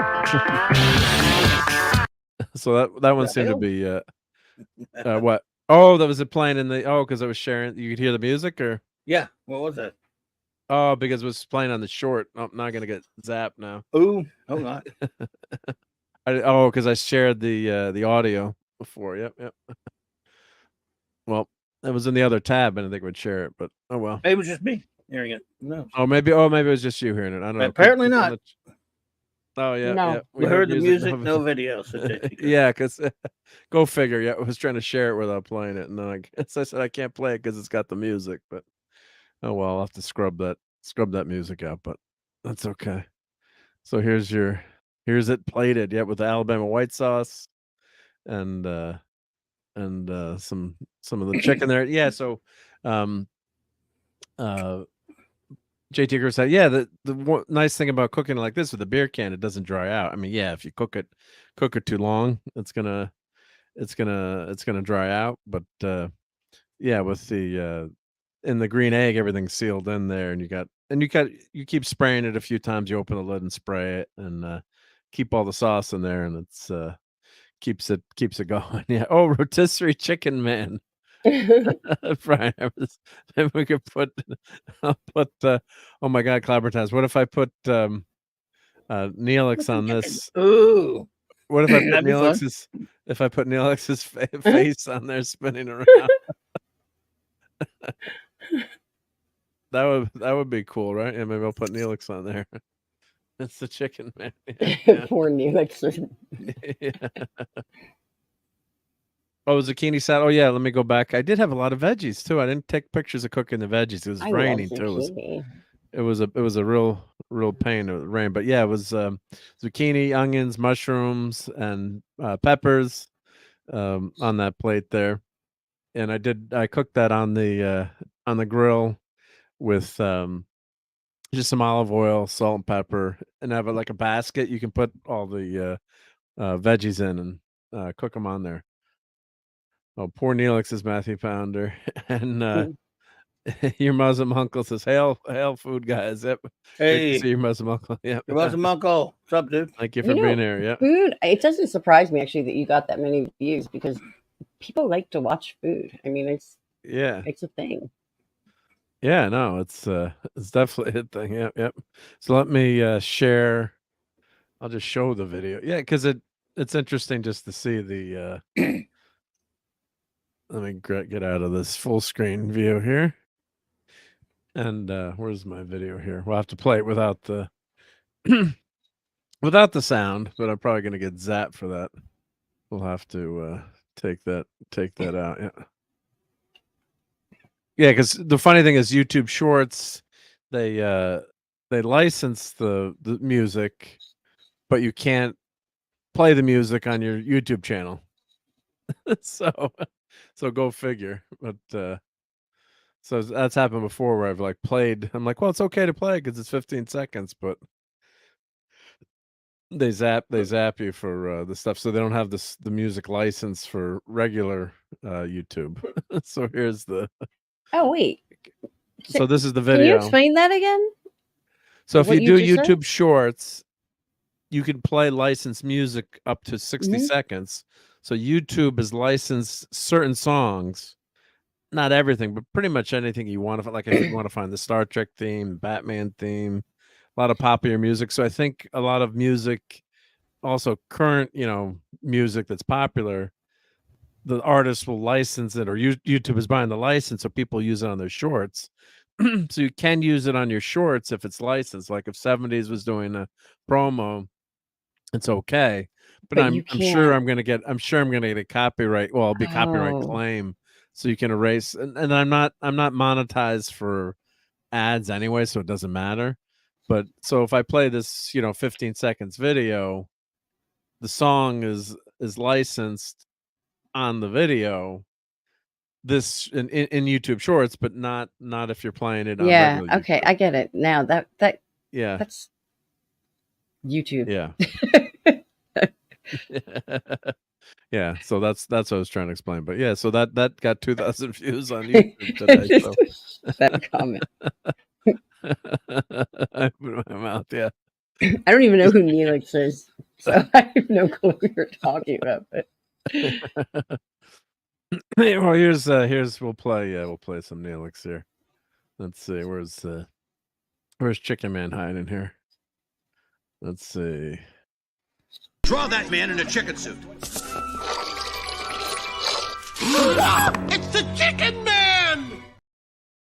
I could make either a rotisserie chicken version or the other version where he's standing straight up. Yep. Yep. So anyway, that's the YouTube short. Yep. So apparently, I live a better life not knowing who Neelix is. So. Yes, you better That's off funny. Right? Too late now. That's awesome. Yep. I look so short sitting on the phone. That's okay. Yep. I'm used to being taller. I wish I was a little bit taller. I bought a record player finally. Oh, real vinyl. Yep. Mm-hmm. But it's been years because I lost my collection twice. So, but yeah, couldn't help it. That's a tough one. Yep. Well, do you like? I'm sure you like vinyl a lot more than. Oh yeah, digital absolutely. stuff. Yeah. And we have 2 records so far, though. Only 2. Well, you're gonna wear those out, right? Yeah. Mm-hmm. I already have, kind of. That's what I used to do back in the day. Was you get a new record, or well, for me mostly it was tapes, and just play that tape over and over and over and over, just nonstop. I mean, just you know, I used to do it with records. Always. Yeah, records. Right? Yep. I always had records. Like even as a teenager, I was into. Did you have the one you could stack all the records together and like play like 10 records in a row? No, I wish. That's like fancy. My dad had one of those. Or yeah, you could do like, what was it, 5 records or could you imagine that? Like, or whatever it was, like 10 records, like nonstop music. Of course, it would only play one side of the album. You didn't get both sides. There's something about like hearing one side and then getting up and flipping it over. And yeah, you have a little crackle, you know. Yeah, I love it. Yeah, but yeah, vinyl has a nice sound. But the convenience, there's no doubting the convenience of digital. So, like one of my good buddies, Chris, who sometimes listens to the show and lurks, finally got a new car, replaced his 2005 Honda that his mom had left him, or 2003 Honda, but a very old Honda that had over 200,000 miles, that had served him well. And he's like, I'm gonna buy like a portable CD player so I can play my CDs in the car. I'm like, Chris, you have a smartphone, and like it's a brand new Mazda, so it didn't have the USB jack. I was hoping it had one where you could do USB stick and put all his music on there. But I'm like, well, just put your music on your phone and connect it. He was going to go out and buy a CD player and try to connect it to the car. I'm like, I got one of those because my car's like a 2011. It was a 5 envelope, if everyone knows that store, and it's like a little thing that you just put right in the auxiliary, and it Bluetooths it, and it goes through the stereo from your phone. Yep. Well, he actually has CarPlay, and he's got all that. Yes, yeah, he's got it, but he didn't. He's never used it before because he had like a 2003. Yeah, so I'm like, Chris, you kind of don't need to, Chris. I'm not picking on you here, but like, you kind of don't need to do that these days. You can actually, actually do it with your phone that you have now. I was trying to tell him what Pandora was and Spotify, but he's like, but how do I play a CD in the car? He's like, he got in the car and he's like, he thought there was a CD player. You used to lift the thing down. He's like, but where's the CD player? I have one in my car, and I actually went and bought a couple CDs from the thrift store because I wanted something just to put in there. Yeah. Because in my center console, I have like the little like thing to put them in, and I was like, yeah, I wanted to use it. So yeah, your Muslim uncles talked about Walmart. Walmart, Target, like everybody has vinyl now, but it's so expensive. I cannot believe what they are charging for new vinyl and some of the colored vinyl and stuff. I was looking at the vinyl at Target tonight, and they had like Britney Spears, like all these like people on vinyl now. It's so funny. Well, but for like $40, oil-based product too, right? And it's not made in big quantities. I think vinyl is outselling CDs finally. But of course, that doesn't mean as much because CD sales have tanked. But I think vinyl is outselling CD. And let's see how many albums sold last year. Let me see. Vinyl. I prefer vinyl and cassette tapes. I'm telling you, you shouldn't be able to coming back too. Yeah, I mean, you could skip the songs on vinyl easily, but like, there's something about just like having to listen to the whole thing. Like the whole. Yeah. No, I love watching the whole, and then or listening to the whole thing, and then you miss a lot of stuff too. And hail to Pop Culture Curator. Thank you for joining us at Sunday Night Geekery. Much appreciated. And so vinyl sales. Let's see. Vinyl record sales outperformed CDs in the U.S. for the first time since 1987, according to a new report. 41 million vinyl records were sold in 2022 to the tune of 1.2 billion. Only 33 million CDs were sold, accounting to $483 million. So you think I don't even know where you could buy new CDs. Like, do they still have music stores like Walmart. that? Oh yeah, Walmart. Or Walmart, yeah, duh. Yeah, and Best Buy and Amazon sells them too. So, yeah. I just went to the thrift store because I figured that's where I had to find it. Probably that's cheaper, yeah. Unless it's new stuff, obviously. But yeah, I mean, Lenrod has a good point with his comment. I know a lot of people like that. It's more of a merch product. Yeah. People like to have just the, Well, that's for sure. Yeah. Yeah. Where's the comeback for 8-tracks? Yep. So actually, I'll show one of my records tonight, and then we'll mosey on along. But and let me show you that. I was showing it last night on Saturday Night Star Trek, but if, a few of you didn't happen to see it, so let me get my mic set up in my other camera. I like what Brian said. So my son's friends buy LPs, but then hang them on the wall while listening to the music on YouTube and streaming. The last house that I actually had, which is years ago, but I had a music room. I didn't have a need for a dining room, so I made a really cool music room out of the dining room, and I took a whole bunch of vinyl, like the actual vinyl records that were scratched or messed up, and painted the walls like a really cool red, and had just like all the vinyl up like that. Not the artwork, just the records, but it was cool. No, it looks. I have vinyls all over my office right here. I'll show in a second, but here we go. Let me turn this camera on, make sure I get the right. And I'm away from the chat for a second. So I'm just wrapping the chat. Lemon Pie says some people call me LP. They do. They do. There we go. There's full screen. Yeah. So Big Brother Doomsday Machine and Baby Brother Doomsday Machine. Yeah. So shameless plug. You can buy my Doomsday Machines are now on Etsy. So head over to my Etsy store if you want to grab one of these. And I saw one. This one's a little bit easier for me to make because I just do some accents on the paint, and then obviously paint the fire on the inside. Fire. So that's a little bit fire. A little bit faster to paint this one because I don't. It just reminds me of something else every time. I don't know.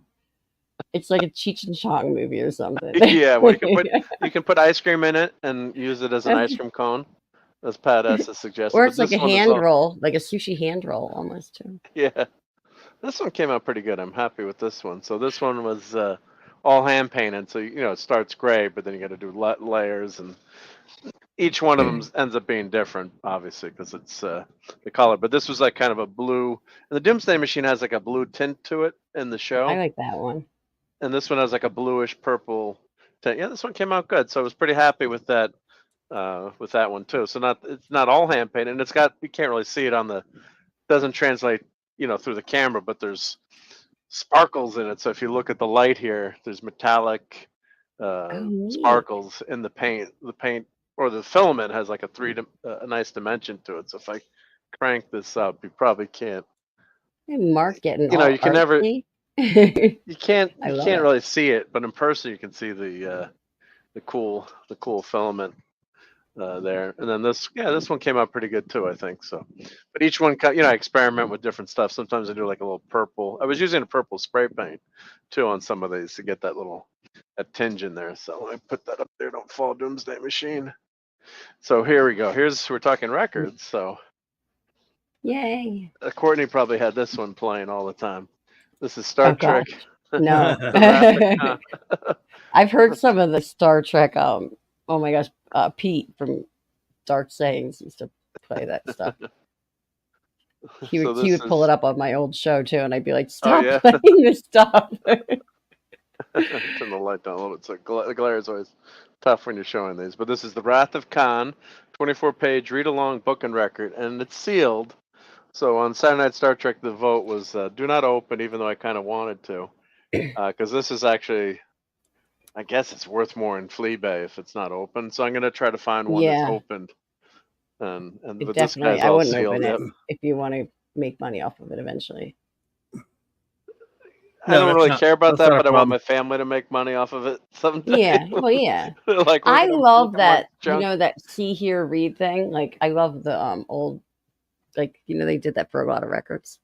Yeah. So this is what it is. Yeah, see, hear, read. Exactly that, Courtney. See, see the pictures here, the record. That's how I learned how to read this older Power records. That's cool. The Marvel ones. That's very cool. Yeah, word for word story narration. Yep. And then I think it says here. So mine, it was like a little radio play where they're like acting it out and stuff. But yeah, I don't know how this was.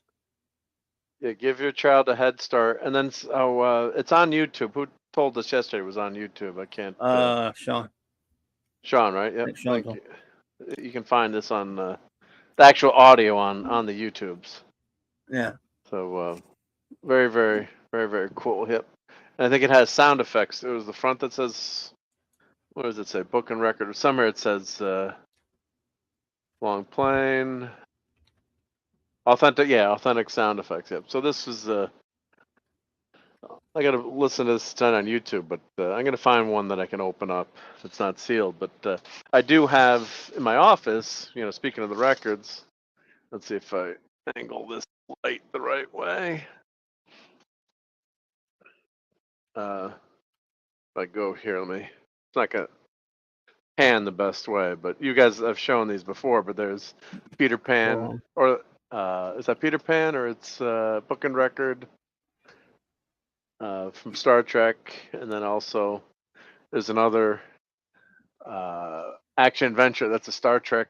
That's Peter Pan record. My lights are in the way. Sorry, but that light up there. So I have two of the Peter Pan records. And I actually found, we're going through Christmas pictures. I know which Christmas I got this. My sister got this for me at a thrift shop. Or probably it was mom that found it. But those. So I have, I know when I got those for Christmas, which is fun. But those are some of the best gifts, when you get something like that. Oh, absolutely. And I found these next to the Wrath of Khan because I knew I had that. I'm like, where the heck is my Wrath of Khan record? So these are Star Trek the Motion Picture, instant stained glass, can be replied over and over, non-adhesive, transparent. So here I'll zoom in on the cool logo.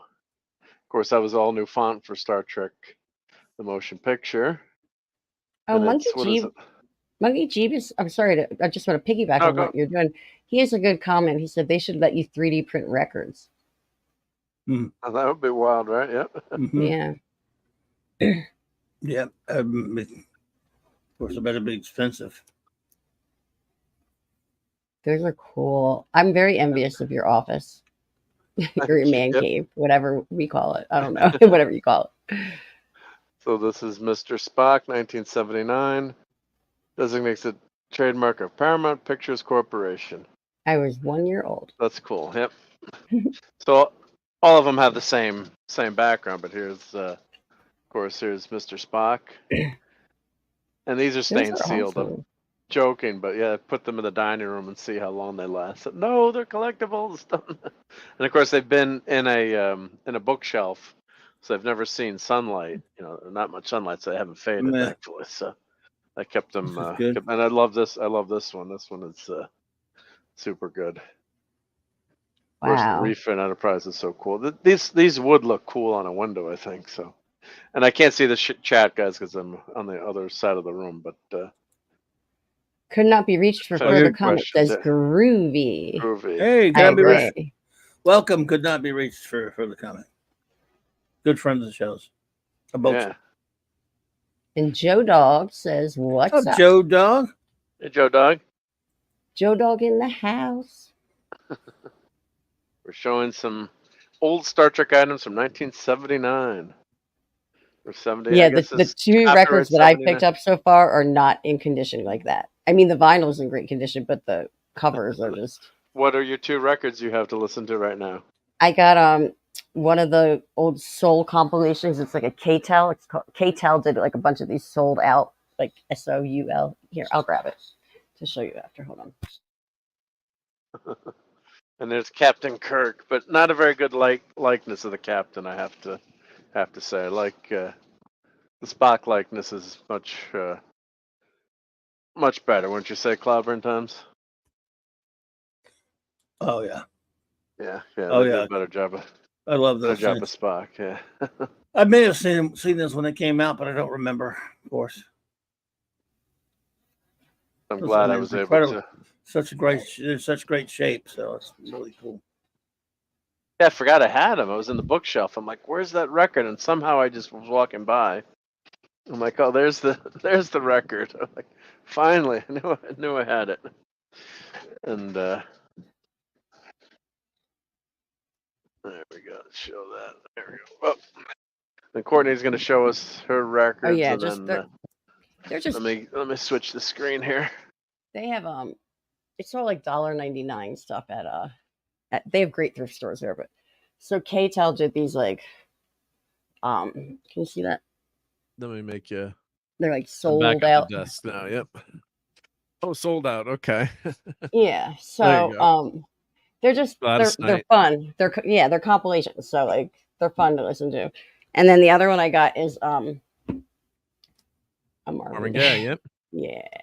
Well, actually, we're talking about the Rolling Stones, top 500 albums, and Marvin Gaye.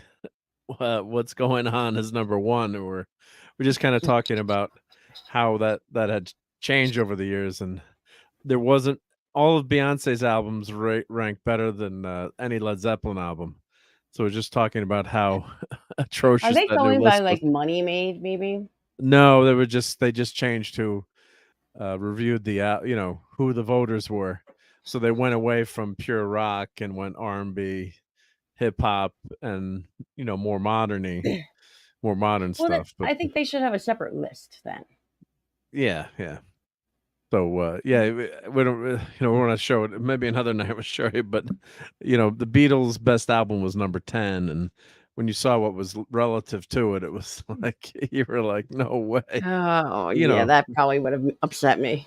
Yeah, no, it would have gotten you very angry. Would have gotten you very angry, very angry. Yep. Oh, can I be further comment? Says he has a bunch of those old compilation albums. I love. Fun, yeah. I used to love the old like punk compilation albums. I used to collect a lot of those because that was basically my whole vinyl. Well, most of my vinyl collection used to be like punk and metal. But those soul ones, I don't know. I like Motown. I played bass, and my bass teacher when I was like younger started me out on all Motown bass lines. So. Plus, I'm from Philly. Right. Motown Philly back again. Monkey says, paint his face white. It's Michael Myers stained glass. Yeah, put that up for Halloween. Yeah. And hail again to Joe Dog. Yep. And the human adventure is just beginning. Yeah, that's a great tagline for that movie. It's so good. So good. Yeah. Very trick. Yep. So I think we hit 3 hours. So I think that's a good time to clear on out of here. I know we got almost 20 people watching right now. So God, I appreciate that. Which is always nice to have more people at the end of the show than the beginning of the show, because then it makes you feel good too.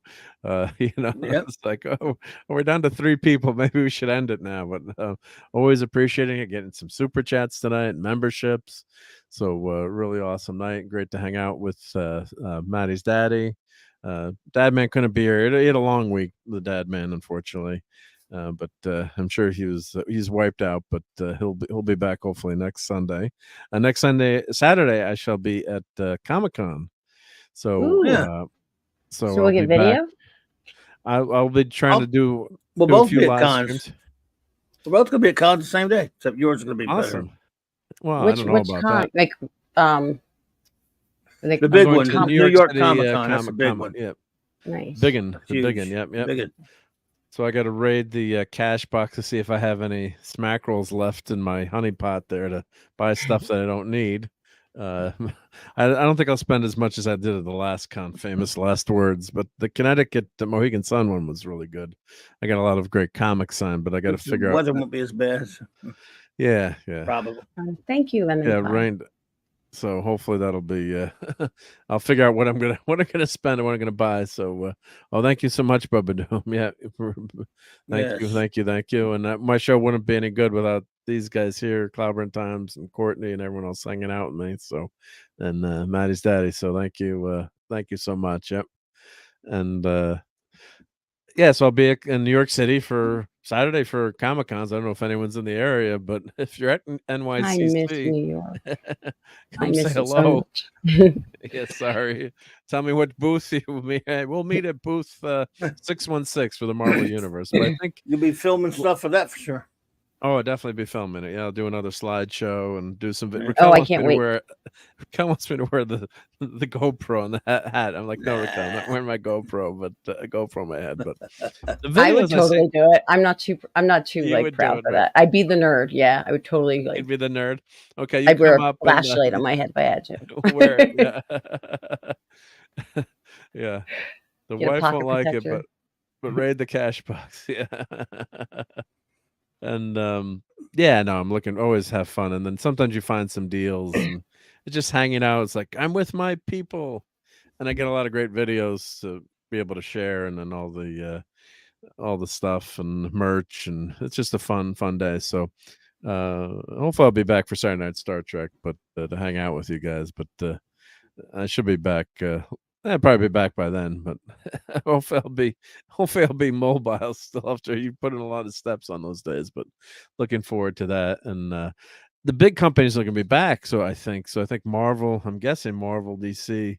Last year, none of the big guys were there because of the vid. So, but it was actually kind of a nicer show in some ways because it wasn't as much, big time hype. But a ton of artists. Probably not as crowded, right? It was still pretty crowded, It was. yeah. So I'm going on Saturday. Last few years we've been going on Sunday because it was like Kids Day, but now all the kids are in college now. So we're like, hey, we've all grown up. We can we can do go what on I want Saturday. now. Yeah. Oh, cosplay as Neelix, yeah. Are you empty nesters now, Mark? Almost. I probably will be this summer when my son gets a job, and maybe I'll live home for the summer. But yeah, my eldest is graduating from Syracuse University this year. Oh, So. nice. That's where my best friend went to Syracuse. I got locked out of the dorm there. I'll never forget. There was like 10 feet of snow on the ground, and I almost died in the snow. I felt like it was so cold. And Hungry Boy says, bring the Gouda to them Brooklyn heathens, Mark D with a C. And Don Ranger Prices. God, I love New York. So I love New York. I really do. Yeah. I used to go there all the time as a kid. We take the train all the time. Yeah, it's fun to go to. Yep. So let me thank, first of all, Larry, who became a new member and then gifted 5 memberships, which is super awesome. Oh, cool. Hey, Larry. That was very nice. Very nice, Larry. Much appreciated for both. Yep. For gifting memberships. Yep. Dadman, super chat. Thank you, Dadman. RRTNZ had 2 super chats tonight. Thank you very much. Had some good questions, and appreciate that. And let's see who else was in the chats tonight that we're going to say goodnight to. Of course, well, Lisa, thank you for being here and hanging out. Could not be reached for further comment. Bubba Doom, Don Ranger Power, Hungry Boy, The Stream Element Spot, Lemon Pie, JT Kirk, Joe Dog was here, of course. Monkey Jeebus, Brian Hepburn, Matthew Pounder, Claude. Both Claudes were here, I think, right?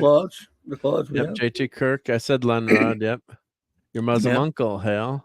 Let's see. Did you say Hungry Boy? I said Hungry Boy. Yep. But I can say him twice. Small Time Republic, because I can't remember as I say the names. I can't remember anymore. Yep. No, I forget anything. I'm so bad. Yeah, Matthew Pounder. I think I said. Yep. Wow, a ton of people in the chat tonight. So really fun. Yep. And of course, thank you again to Courtney and Cloudburn Times for streaming with me. Well, Mr. Angel had to go to bed, and so Mr. Angel was here earlier. Let's see. A lot of Stream Element Spot. Claude Parrish, Monkey Jeebus, Mr. Angel, he's thanked. I got to roll back. Oh, Polly's Minion was here. So that's from memory, and I said Bumba Doom. Yeah. Let's see, who else am I forgetting? Yep. Oh, the Geek and I was here. Check out the Geek and I's show. Of course, Captain James D. Skywalker. Let's see who else was here. Oh, and Phantom Outsider and Chris Persia dropped a like in the chat. Chris is going to be with us tonight, but he did stop by and drop a like, and also Phantom. So yeah, you got the chef. Oh, and I got Mr. Angel. Yep, Hungry Hungry Boy. Yep. Could not be reached for further comment. Oh, that Maddie's daddy guy. Yep. I think I got everyone right. Yeah, you I probably did. Raise your hand in the chat if I didn't get you. If you're sure.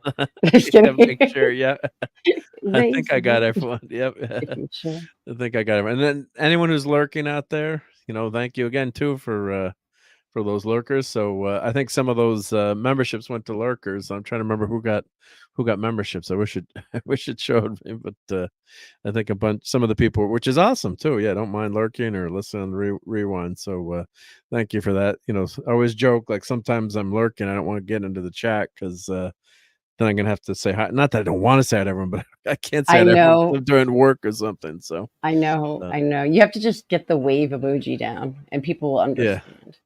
Yeah.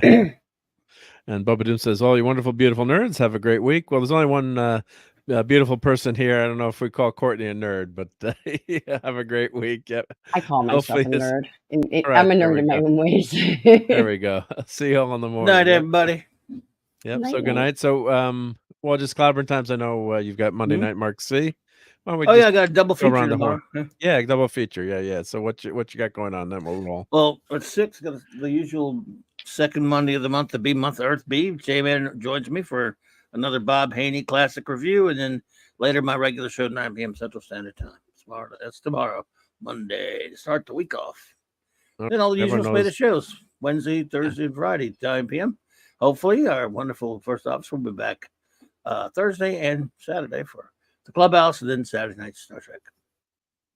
That's for sure. Yep. So here's support author R.M. Briggs. There's a Discord you can join thanks to Mr. Angel. I'm sure everyone here is sub to Clobbering Times, but if you're not, you will be clobbering. So make sure to sub and watch those shows tomorrow night. And if you do want to buy a Doomsday Machine, I'm not responsible for destroyed galaxies or universes or planets. They're available there. And thank you again so much to anyone. Courtney, do you have any streaming? You're just being you're a guest I'm mostly still just these doing. days. No, I'm still doing. I've been doing random like drive streams because I'm going up back and forth to the mountains a lot. Cool. So those end up interesting. It's nothing, it's not. It's really a drive content. stream, right? Yeah. While you're driving, yep. Yeah, I talk to people. And then also tomorrow, I'm always on oh my gosh, I just 70s? senior moment. Yeah, sorry. The Dio special. Rock band. 70s? Yeah. Okay. Tomorrow is tomorrow on It's Only Talk and Roll. I cannot talk all of a sudden. That's we're doing a okay. Dio special. So that's I will try to be there for part of that if I can. I love me some Ronnie James. Other than that, I'm just always randomly on somewhere. I don't know. Right. People throw me links sometimes, and it's just like, okay, sure. Yeah. Good stuff. All right, everyone. So again, much appreciated. Always love being able to hang out with everyone and having a great Sunday night. And hopefully it's a good kickstart to a good week. And appreciate you all being here and spending time, because you don't have to.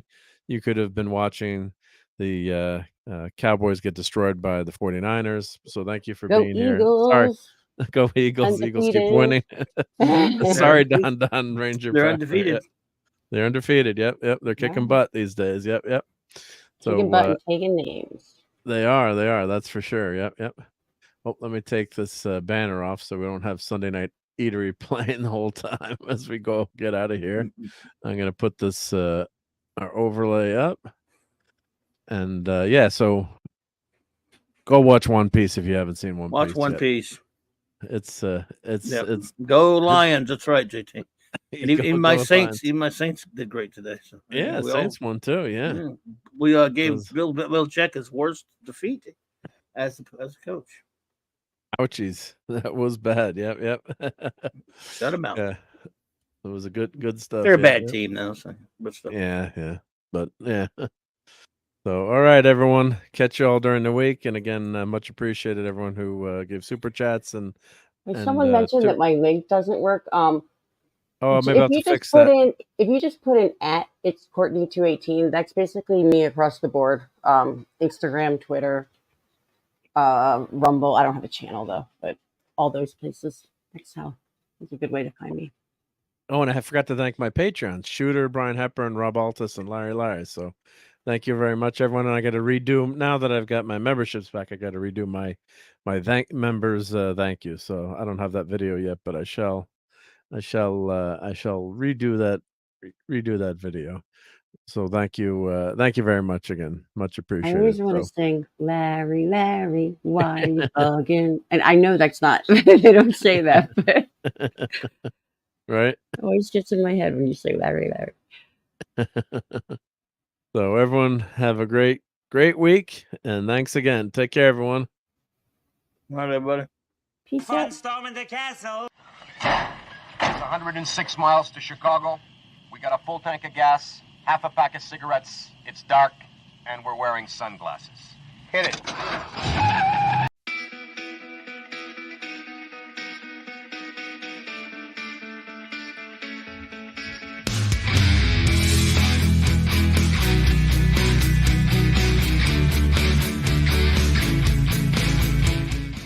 You're still here?